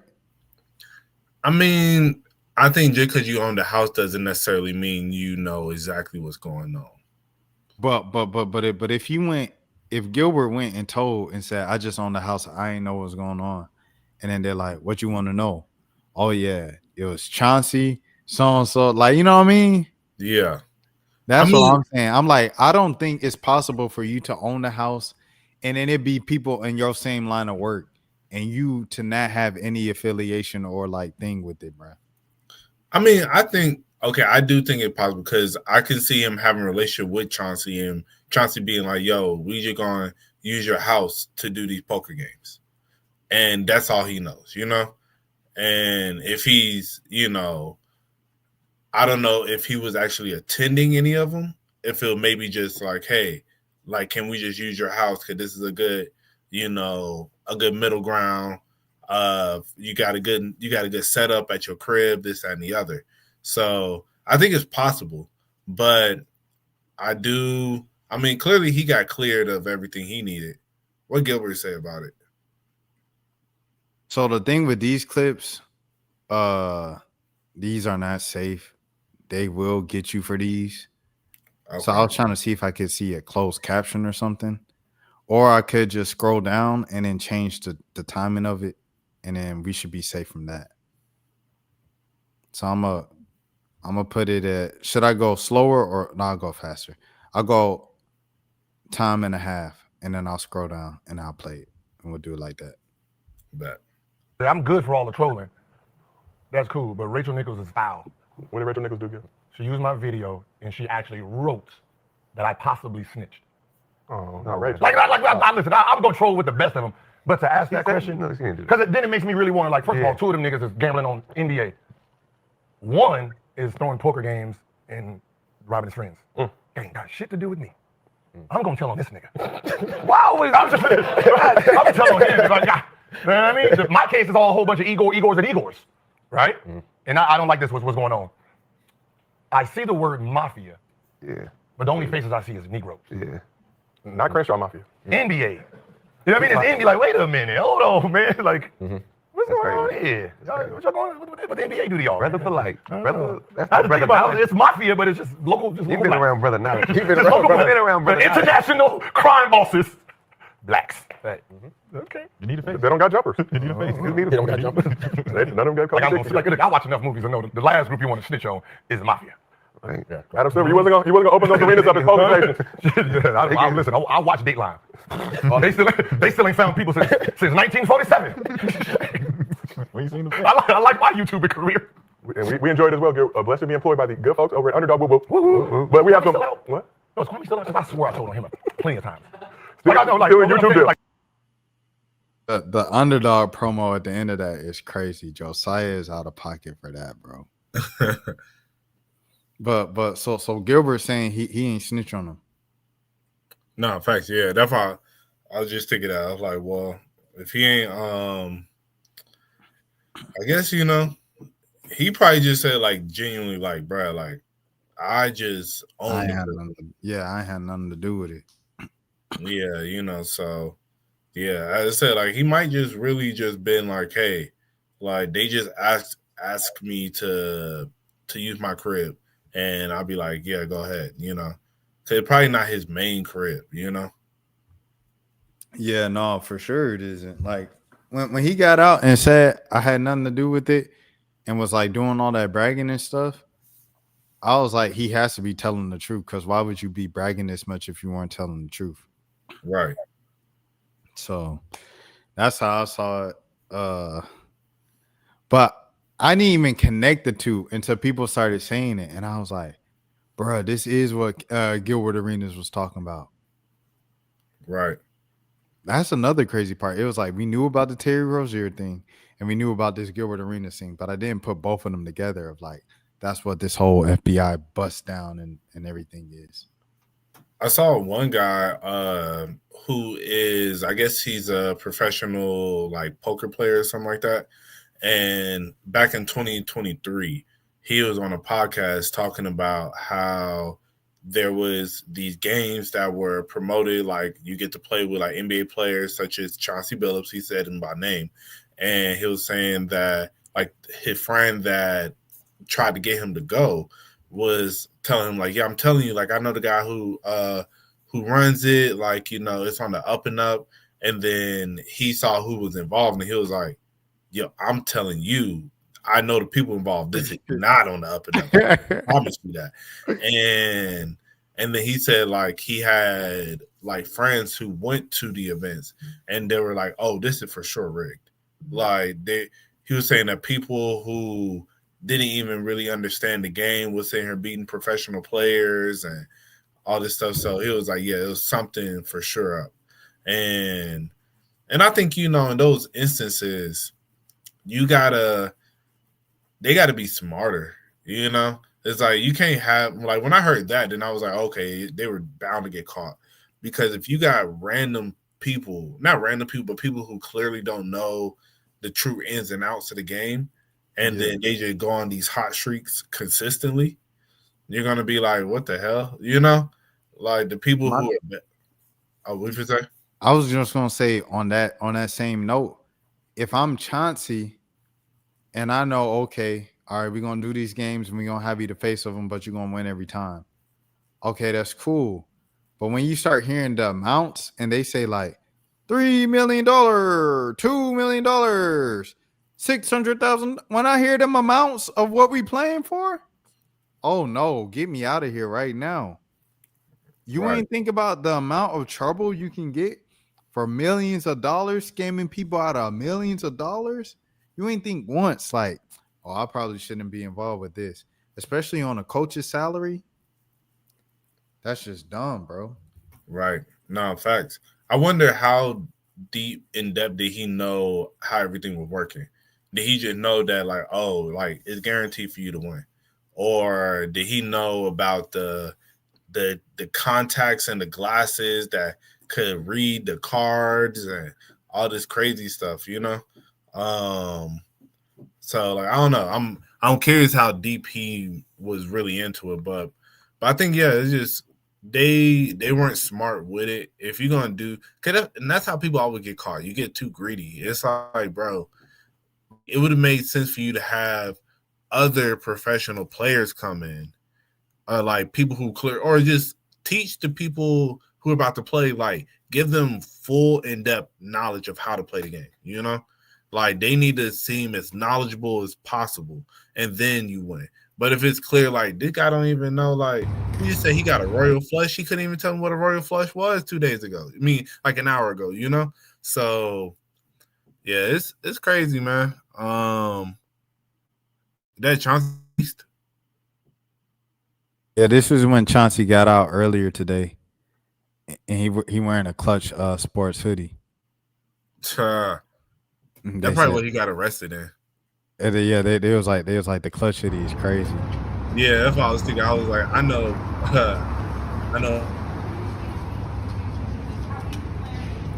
Well, what you say, Mo? It cut out at the end. I was saying, I know Rich Paul was like, bro, you supposed to take that off. But I saw this, but you know, that goes into my point about like, you know, this like the 1930s, because I saw somebody say like, bro, we got the mafia going crazy, sports gambling, and there was a jewel heist at the Louvre. It's like, bro, like they did that in the middle of the day too, bro.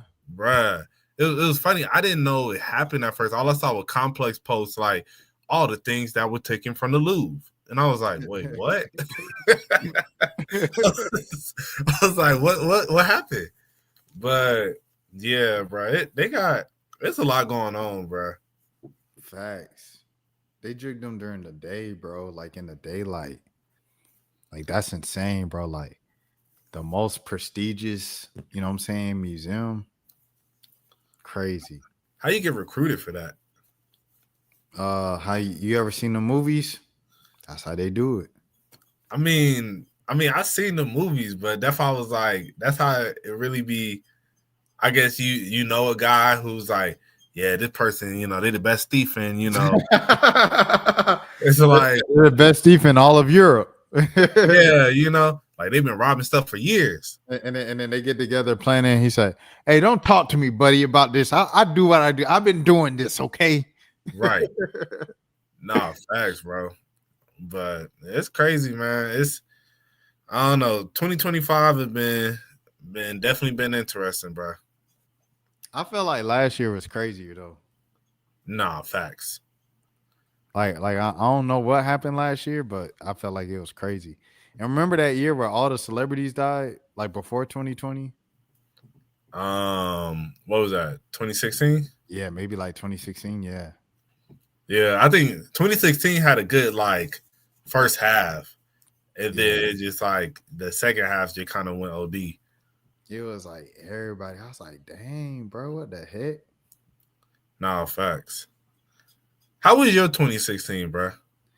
I can't remember. I can't remember fully, but I was probably still sad about my ex at that time. To be honest, I was probably like just coming because I was sad about it for the rest of college for sure. Yeah, and I was still in college 2016, so I was coming out of that still. I was at this point, you know what I'm saying, like really close with my old best friend and stuff like that over there at Georgia State. We were really close. I think I was just starting to cover the NBA and stuff like that, so that was cool. I remember Black Beatles, you know, because at this point, Ray Sherman was already established. Uber Everywhere was 2015, but it was like I was heavy into the underground at that point. A3C, I think this was like my second year doing it. I did it like 2-3 years of college. And like the second year, I started kind of getting a little more the run of things. And that was a fun A3C year for me. I believe it was 2016. And yeah, so that was a good year for A3C. And then that's all I really remember. I was at Georgia State. I was in college. I was kind of sad about my last breakup. And I was kind of like moving into like life past that. And that was that's all I can really remember, to be honest, from that time. It's murky for me now. Nah, I feel that. Yeah, like I bring that up because it was I saw Jelani recently tweeted. He was like, I feel like I was the only person that had a crappy 2016. But yeah, I mean, for me, I ain't gonna lie. Like I do, 2016 was a good year for me because like I don't know if you remember, you know, I had that surgery, so I was on bed rest for like 2.5 months. And you was on bed rest 2.5 months. Yeah, because I was on bed rest from like mid-December, and I came back really like February-ish. Dang. Yeah, that's when I could start kind of moving around. February, and then March I was like full speed again. Well, not full speed. Your ACL I tore my patella tendon. from hooping. Yes. I remember that because we was Yeah. working together at the gardens. Yeah. I remember that. Yeah. The day that I tore my patella tendon, I was actually supposed to be at work. But I was at Southern. And I remember I had planned to call in and tell them that I wasn't gonna make it that day.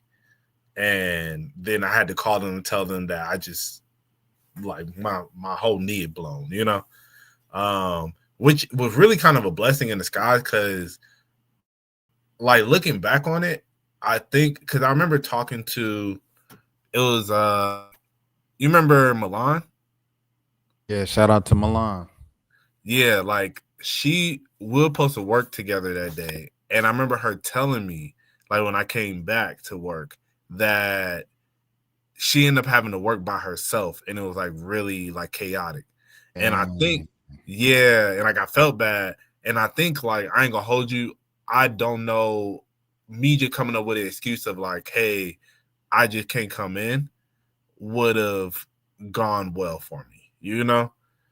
Yeah. Like I might have been on the chopping block if I would have just if things would have went the way that I expected it to go. But then, you know, but you know, everything happened for a reason. But yeah, but so I was on, as I said, bed rest for a couple months. So then I was back outside. So it was like, you know, the start of a new life. And then yeah, I went to Magic because that's when I turned 21. Like we turned 21 that year. So yeah, so I went to Magic for the first time. That was lit, and and then yeah, it was just I had a lot of fun. Cause then, you know, that's when The Life of Pablo dropped, like, you know, Views dropped. It was just, yeah, like a bunch of music dropped. So yeah. You know, funny, I felt like I remember saying this. I used to say, like, yeah, man, you know, my the women treat me different now that I got this new knee. Yeah, bro. But yeah, it was a good time, bro. That was a good time. 2015 was a good year for me, bro. Okay. Yeah, 2015 was lit too. Like, I think, you know, I would just say I really hadn't. I think 2024 was not the best year. And 2023 it took me a minute. Yeah, like 2024 wasn't the best, and then 2023 I feel like it was cool. But I feel like every year before that I felt like I never had like a bad year, you know? But then it was like so then I would kind of like I think it started a spiral of like things kind of going off the rails a little bit because it was what was the start of that? Me and my ex breaking up. Oh, and what year was that? That was 2023.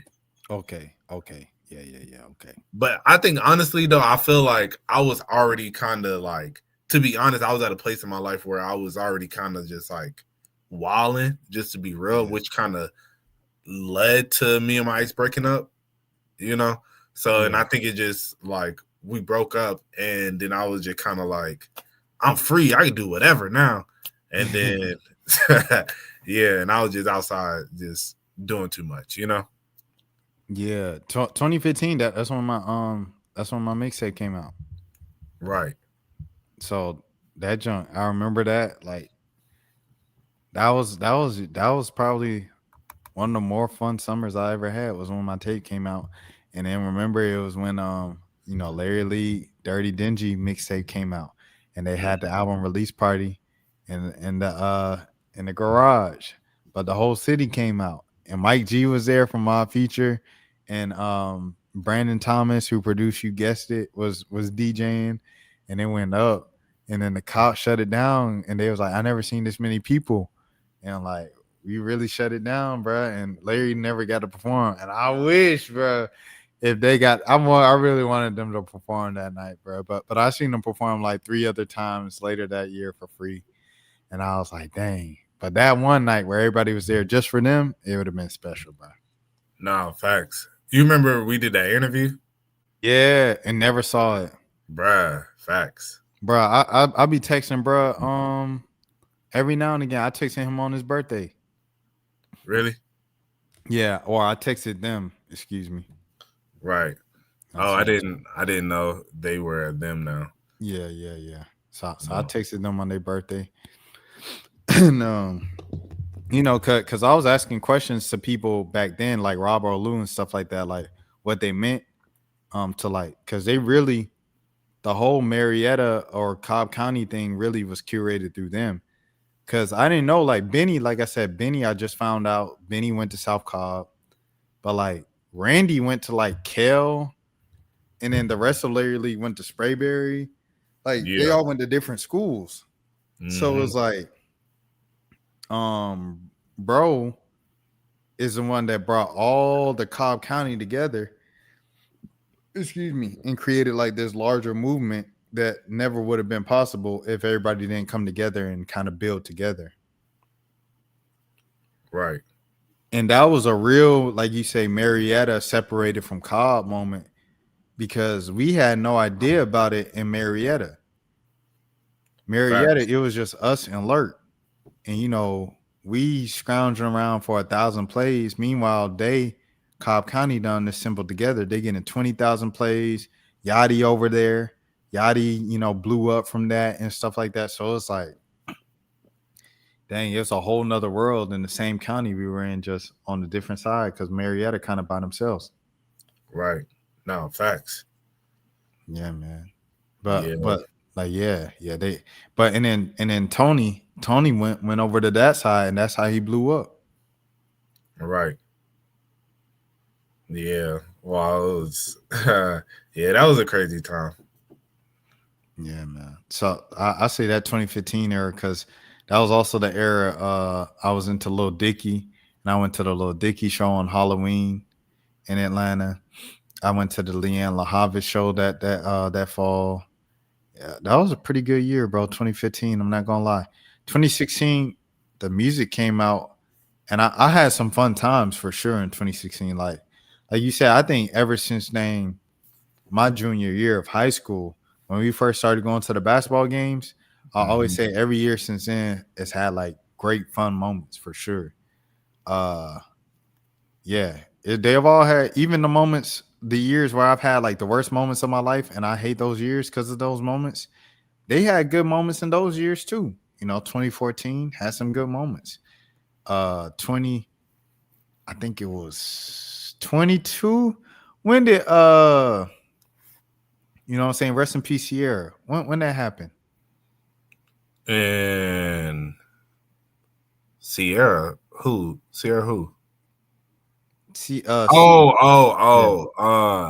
I think that was, where was I when I've heard that? I want to say that was like, that might have been 22 or 23.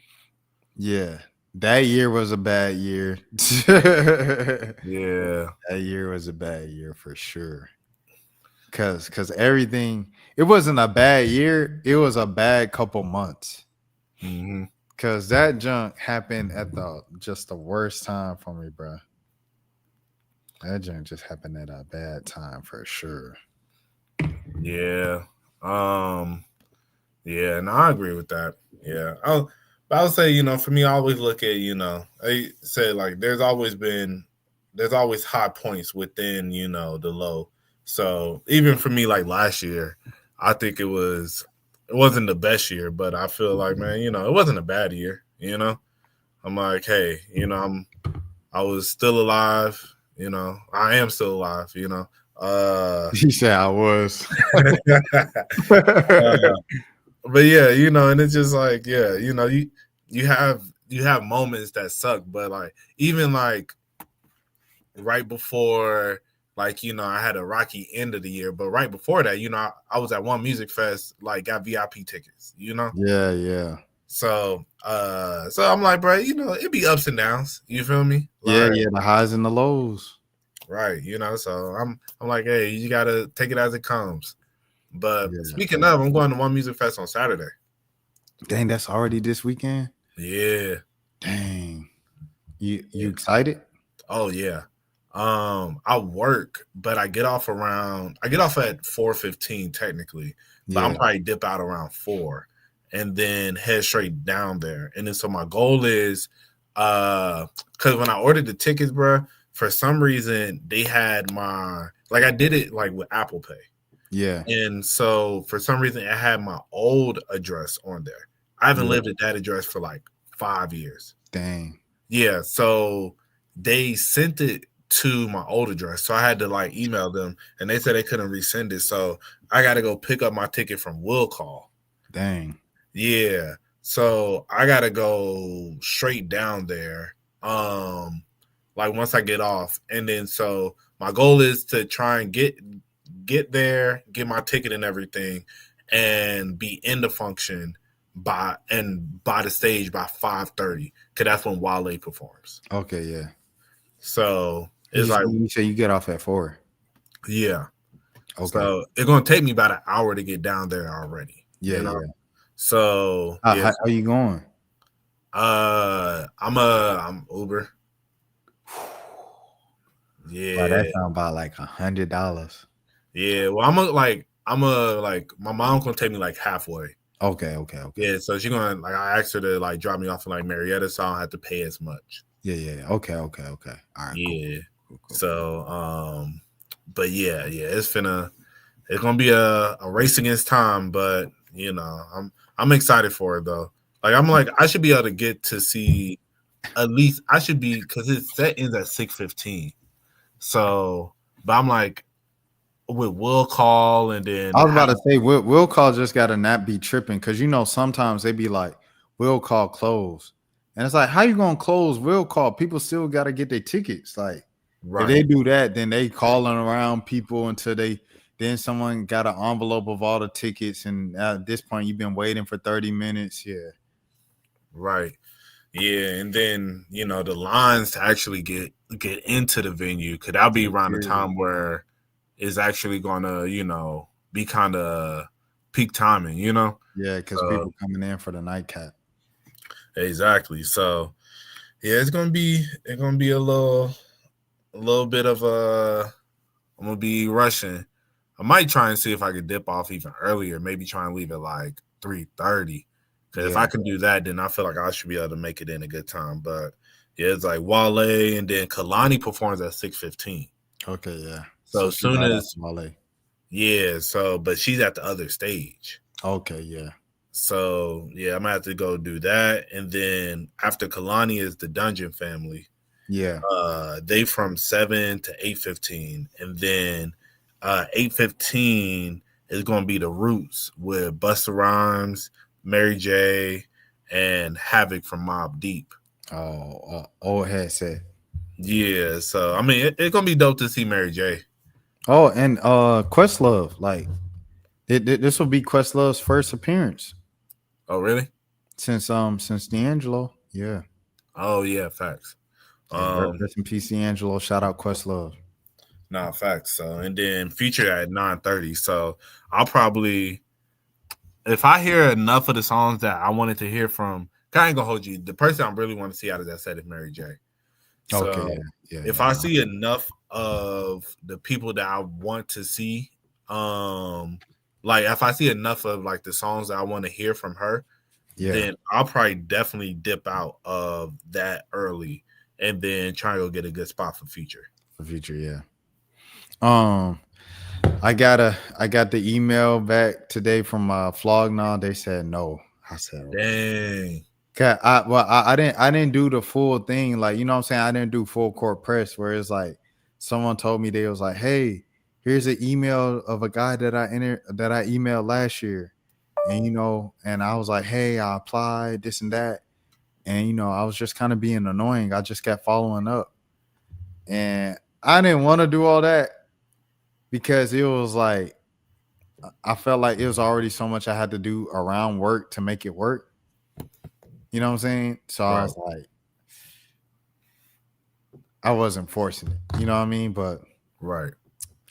I threw it up. I was like, if it does happen, then I'll figure it out from there. But now it turns out I don't have to figure out anything because I'm not going. So at least I saved $1,000 or so, 1,500, 12,000. But I tried, bro, because I put out a short talking about clips of Larizzi talking about getting selected. Mm-hmm. And I did it specifically so the Flognaw people could see it that I was promoting Flognaw and I had original content about Flognaw. Right. But it ain't worked. So Man. yeah, man. No festivals for me this fall, bro. Hey, man, we're gonna get back to it next year. Yeah, got to get back to it. Oh, DreamCon. Yeah. I want to go. I was like, what did I say I wanted to go to next year? I want to go to DreamCon. Mm-hmm. I've been wanting to go the last 2-3 years. Right. I just never adequately, you know what I'm saying, prepared and scheduled for it and stuff like that. Now, you know what I'm saying, I make up my mind. I want to go to DreamCon now. Could save up for it, apply for my stuff right now, and get it done. Right. For sure. So there's that. And but yeah, no, that one music fest. Do you think stats, because the week before Flognaw, ironically, I was invited to do this. The go to the dang Rock and Roll Hall of Fame induction in LA. That's the week before Flognaw. Do you think that Andres is gonna step out like again? Because that's 2 times in 1 month. Where is Andre's step? You think he coming to One Music Fest? I'm saying, yeah, Dungeon Family and then Rock and Roll Hall of Fame. You think Andre gonna come? I'm asking you. I ain't gonna lie. I don't think Andre gonna be there. Don't think so? Low key, no. Low key. I'm gonna be real. Like I really did not even factor that in. I'm just expecting CeeLo and Big Boy? Yeah. And Killer Mike? Yeah. I could definitely see all of them pop out, but Andre. Yeah, on a bird, on a sign, on a song, in a rain, on a fire, in a rain, to sing it along, sing along. I don't know though, cause bruh showed up to remember when they did the little cookout, and he showed up to that? No, I don't remember that. Oh, they did a little cookout at the Dungeon House. And I don't know I think it was like kind of like a rest in peace thing. Mm-hmm. And for Rico Wade, and Andre was at that. Yeah, I'm looking at it. They said I just went to Wikipedia to see who all was in Dungeon Family. They got TLC, Janelle Monáe. They probably everybody from LaFace. That's what it sounds like. It sounds like they throwing LaFace people in to Dungeon Family. I guess so. I'm like, I have not because Janelle Monáe was with the Purple Ribbon All Stars with Big Boy. Wait, hold on, bro. Look at this, bro. Oh, the Dungeon Family. Man, we about to turn the F up, and we love y'all for coming out and doing it with us. I'm going to say you'll never see this again unless... What you thinking, bruh? I mean, hey, we gonna see, bro. If Andre come out, that's gonna be crazy. Like, yeah, I must fly, and I fly like a bird, and I sing in a song, and I need you to sing along. I can see him popping out. Sing along. They got him in the promo. Loves it when you sing that See, they keep showing him. Bro. No, They done facts. show Andre about 3 times in this tribute in this little thing, bro. And it's a Right. Rico Wade tribute, bro. Facts. No, you're right. That's what I'm saying. Like, I can see him popping out. You know. No, let me see the comments. Oh, it's just one comment. Bro, you seen the allegations Leon Thomas was in? Nah. See, I ain't talk about it on stream because it's just a girl from Twitter and she put it in a Twitter thread. You know, with that stuff, you can't take that as law. But you know, What they I say? gotta be careful for legal reasons. But yeah, she said this a girl. You remember it was a girl on TikTok a long time ago who said like she was taken advantage of by Sage the Gemini. Nah. So it's the same girl that said she was taken advantage by Sage the Gemini. And this is another reason why I said it, because they done it before, like a few years ago. And this is the last time Outkast performed together. Rico was still living. Rest in peace, Rico like Wade. I didn't know, seeing that they performed at One Music Fest all together last time. I think Andre could pop out. I think but see, this how he did it, bro. He showed up at the end and then he just performed to the screen, bro. Like he facing the crowd here. so fresh, so clean. Okay. With Sleepy Brown, ain't nobody I'm just so fresh and clean. Yeah, that's crazy. Yeah, now I'm more excited. I'm to see, like, I was already excited to see the Dungeon Family, but now I'm like, yeah, they definitely like pull out a couple of songs. He really him, bro. Like that man got hooks where he's singing and they like legendary hooks. But it's like this dude is also like the best rapper. Like what the heck? Bruh, for real. Yeah. I'm interested to see that Kalani. If I don't make it in time for Wale, I'm going straight to Kalani so I get front row. Yeah, I fly and I fly. I'm hoping she sweat on me. No, I'm joking. Ooh. Loaded. She gonna bring out Anicia. If Anicia in Atlanta, she gonna bring out Anicia. I'm so sick about that.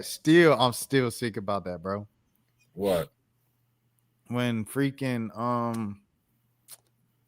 when I went to because I was living, Midtown, so I'm thinking the show, because I thought the show was in State Farm. So I get out of work, I'm rushing. I say, I'm good. They say, yeah. I said, okay, bro. I ran, bro. I parked my car in my apartment complex. I ran down like 20 minutes. I cut it down to 20 minutes to State Farm Arena.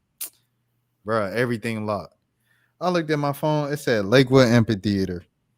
And I ran down to get there so early so I could go see Anicia. Right. Because it's Anicia, Flo, and then Kalani. And I rock with Flo too. I'm going to put you in a cardboard box. So I'm like, I'm hyped. So I'm like, da-da-da-da.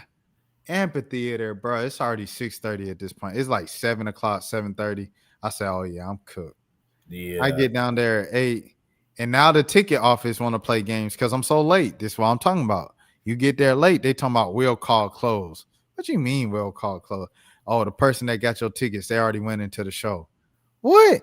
Tell them to come back out. I had to call them, wait 20, 30 minutes for them to come out to get my tickets. And they said, I'm so sorry. I just ain't saying nothing. I just said, okay.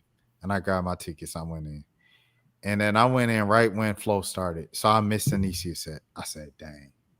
So I watched Flo. I enjoyed Flo set, but I already seen him perform before.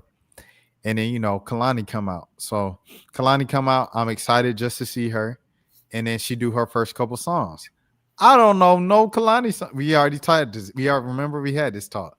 Right. I don't know no Kalani songs. But then she started doing that You Should Be Here EP. 2015. And like after the first couple songs, I'm singing all them songs. You should be here, right here. And then she did The Way. Oh man, I'm having a ball. After that, she go back to the new stuff. I don't know none of the new stuff. So now at this point, it's like 10 o'clock. I'm already tired from walking all the way to State Farm and she not there. I'm like, okay, I'm going to go home. I'm going to stream, do YouTube, go to sleep, wake up for work in the morning and write this story. Bruh. And I was sitting next to a girl that was in Color Guard at Marietta, Small World, and we catching up and stuff like that. So like, I'm going to head out. She's like, you going to leave? I said, yeah, you know. I'm going to just go ahead, do YouTube, whatever, the crib and this and that. She said, dang, well, it was good seeing you. I said, good seeing you too. Hit me up. I was like, I got you on Facebook, right? She said, yeah. So I hit her on Facebook or whatever. Bro, she hit me back talking about, Kalani brought back out Anicia. Dang. But look, though, she said, and Anicia brought out Caribou. I said, oh, man. Dang, that's crazy. Because Kalani was like, this is her hometown. And when she was out here performing, the whole thing was like half empty. So I want to make sure she gets the right crowd for her hometown. And she brought her back out. And she brought out Kara. And they did like the whole 2-3 songs, Splash Bros and all that. I was like, bruh, this is the music I actually listen to. I left because I don't listen to Kalani. And she brought out the music that I do listen to. Right. I was sick. Crazy, bro. I said, I'm not leaving another concert early again, bro. Then you tried to leave the Ice Spice show early. I tried to leave the Ice Spice show early? Right, yeah. We're about to leave, right? And remember he brought out Yachty. Oh, I was probably trying to beat traffic or something like that. Yeah, because we were sitting there, we was just like, bro, we don't know these songs. Oh, yeah. Because she performed all like the biggest songs. Yeah, she did all the one at the beginning, yeah. Yeah. Like, you thought I was feeling. I left the Yachty show early though. Really? Yeah, because this is how he did it. All right, so it's Concrete performed first. Kara closed it off. Then Yachty came out. Yachty came out doing the new stuff from Imagine Me. You know, Let's Start Here. Yeah. We already talked on the way to the show about because I went with Malik. We already talked going to the show how much we hated that album. So we like, okay, what we doing, bro? And then the lights went off and he went to the back. And then he came back out to the boom, boom, boom, boom, NBA. We got hyped there. We said, oh yeah, he rapping, yeah. And he did a whole rap set for like a whole hour. And then it went black again. And then he came back out talking about some what? I said, all right, bro, we out. I seen Bay Savage. I dabbed Bay Savage again. I seen Bay Savage about 5 times, bro. Every time I see that man, I said, bro, let's do an interview. He said, bet, let's do it, bro. Lock me in. I said, bro, I already got your number from the last time. He said, oh, for real? I text him. He'd be like, oh, snap. I didn't even see this last one. And he laughed. And then we never do an interview, bro. But shout out to Bay Savage. But yeah, we left after that. So I left the Yachty concert early. We was about to leave, apparently, Ice Spice early. So I guess I do still be leaving shows early for real. Right. Yeah, she brought out Yachty. Yeah, that's cool. Shout out to Ice Spice. Ice Spice. Right. That was your birthday show, wasn't it? Yeah, I think that was right around. No, your birthday show was Offset, bro.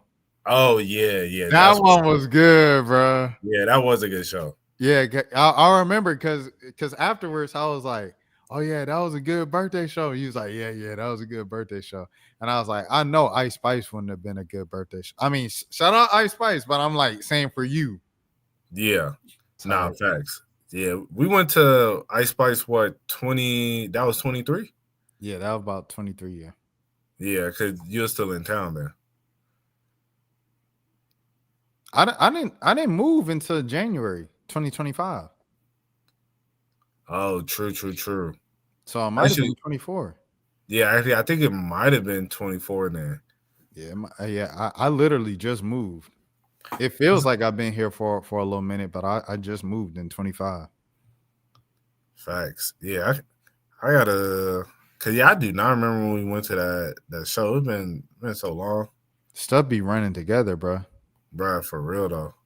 It be running together for sure. Looks like we went to August 28th. 2024? Yeah. Dang, that's right before I left. Rolling out my last job. Really? Yeah. I left in October. Yeah, we I'm looking back on my the story archive on Instagram. I remember now because one of my last interviews in the studio was Bass Swag. Oh, really? Because you remember when Bass Swag, they performed Fisher and they came in the crowd and I dapped him up and he was like, "Oh, what's up, bro?" And he was like talking to me. Yeah. I was like, because he just stopped by earlier that day. Right. And then, but that's when I interviewed D. Lou. Oh. But I wasn't even supposed to interview D. Lou, bro. I was interviewing Bass Swag, but D. Lou came with him. Really? And D. Lou was just talking during the interview. So I said, bro, come up to the mic. Little did I know, bro, was going to become a star in streaming. Okay, I didn't know he was cool with Bass Swag. Bruh, D. Lou is a rapper. Yeah, I knew he made music. Yeah. But like, yeah, I don't really like be checking out his shit like that. Yeah, no, he like with the slizzies. So it was funny because he was trolling Tommy Richmond, and then Sonny Digital was like, bro, you a streamer, bro. You not a musician, bro. You can't just make fun of him, bro. Like, we do this music stuff, this and that. It ain't different. And then people in the comments was like, bro, he make music. And I was trying to tell him, like, bro, he be with the slizzies, bro. Right.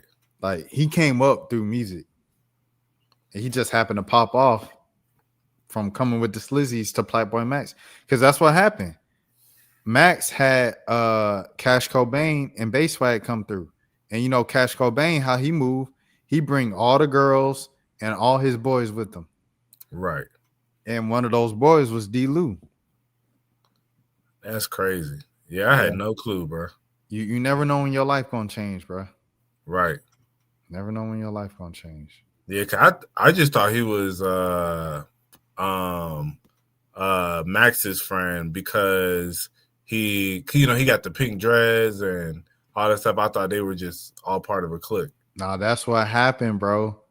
He showed up to the Cash Cobain joint and he sat in the front in the camera. But he had pink dreads. This right when the song was popping. So the chat was roasting him all night, like, oh, I'm gonna kill him with this one. Like, I'm gonna show up to Max Stream in pink dreads. Like, they was roasting him the whole night. Mm-hmm. And he said that he was sitting in the front because he wanted to get them edits on TikTok. Right. So he went viral for people roasting him for wearing pink dreads, and his name became Pink Dreads. And that's how, like, his streaming career started, bro. Wow. Yeah, that's crazy. Yeah, bro. Yeah, D-Lou, bro. Yeah, because like him being on In Too Deep. Yeah, that was like that was my introduction to him. Yeah, and it's just like seeing him on there, I would have never thought that he was like a serious rapper. Yeah. He a serious rapper, bro. Yeah, no. See, this is it right here. I found it. 9 months ago. His life changed in 9 months, bro. So like I said, bro, this right when Max cut his hair, but pink dress was popping. And he not here. He was, I think he left the camera then because people kept roasting him. So he got out the shot.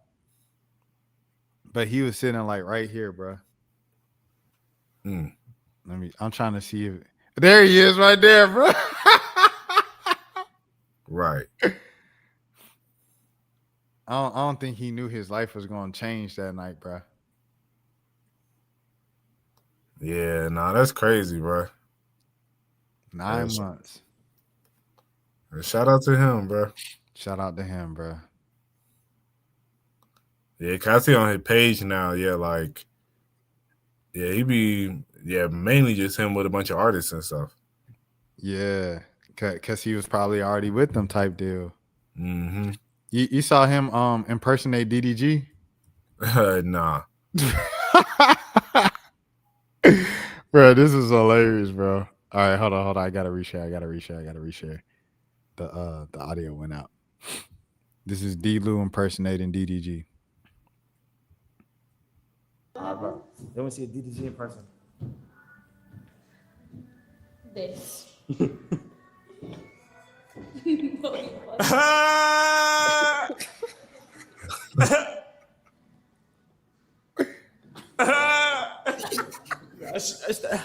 me see DDG in person.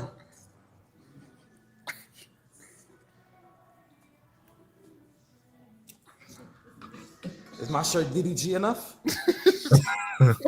Yeah. Yes. Yo, the shit.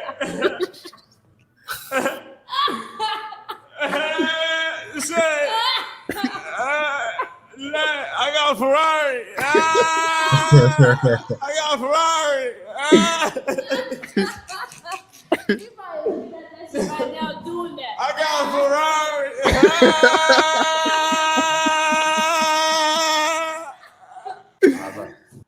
Oh, snap. But yeah, that's his DDG impression. That's funny. Yeah, nah, for real. But yeah, shout out to D-Lou, man. Shout out to D-Lou for sure. I can change it at any moment, bro. Nah, for real, bro. But yeah, man. Was there anything else before we end the episode? Nah, that's pretty good, man. All right. So you guys heard it here first. Appreciate y'all tuning in. Another episode. Mo, please let the people know where they can find you.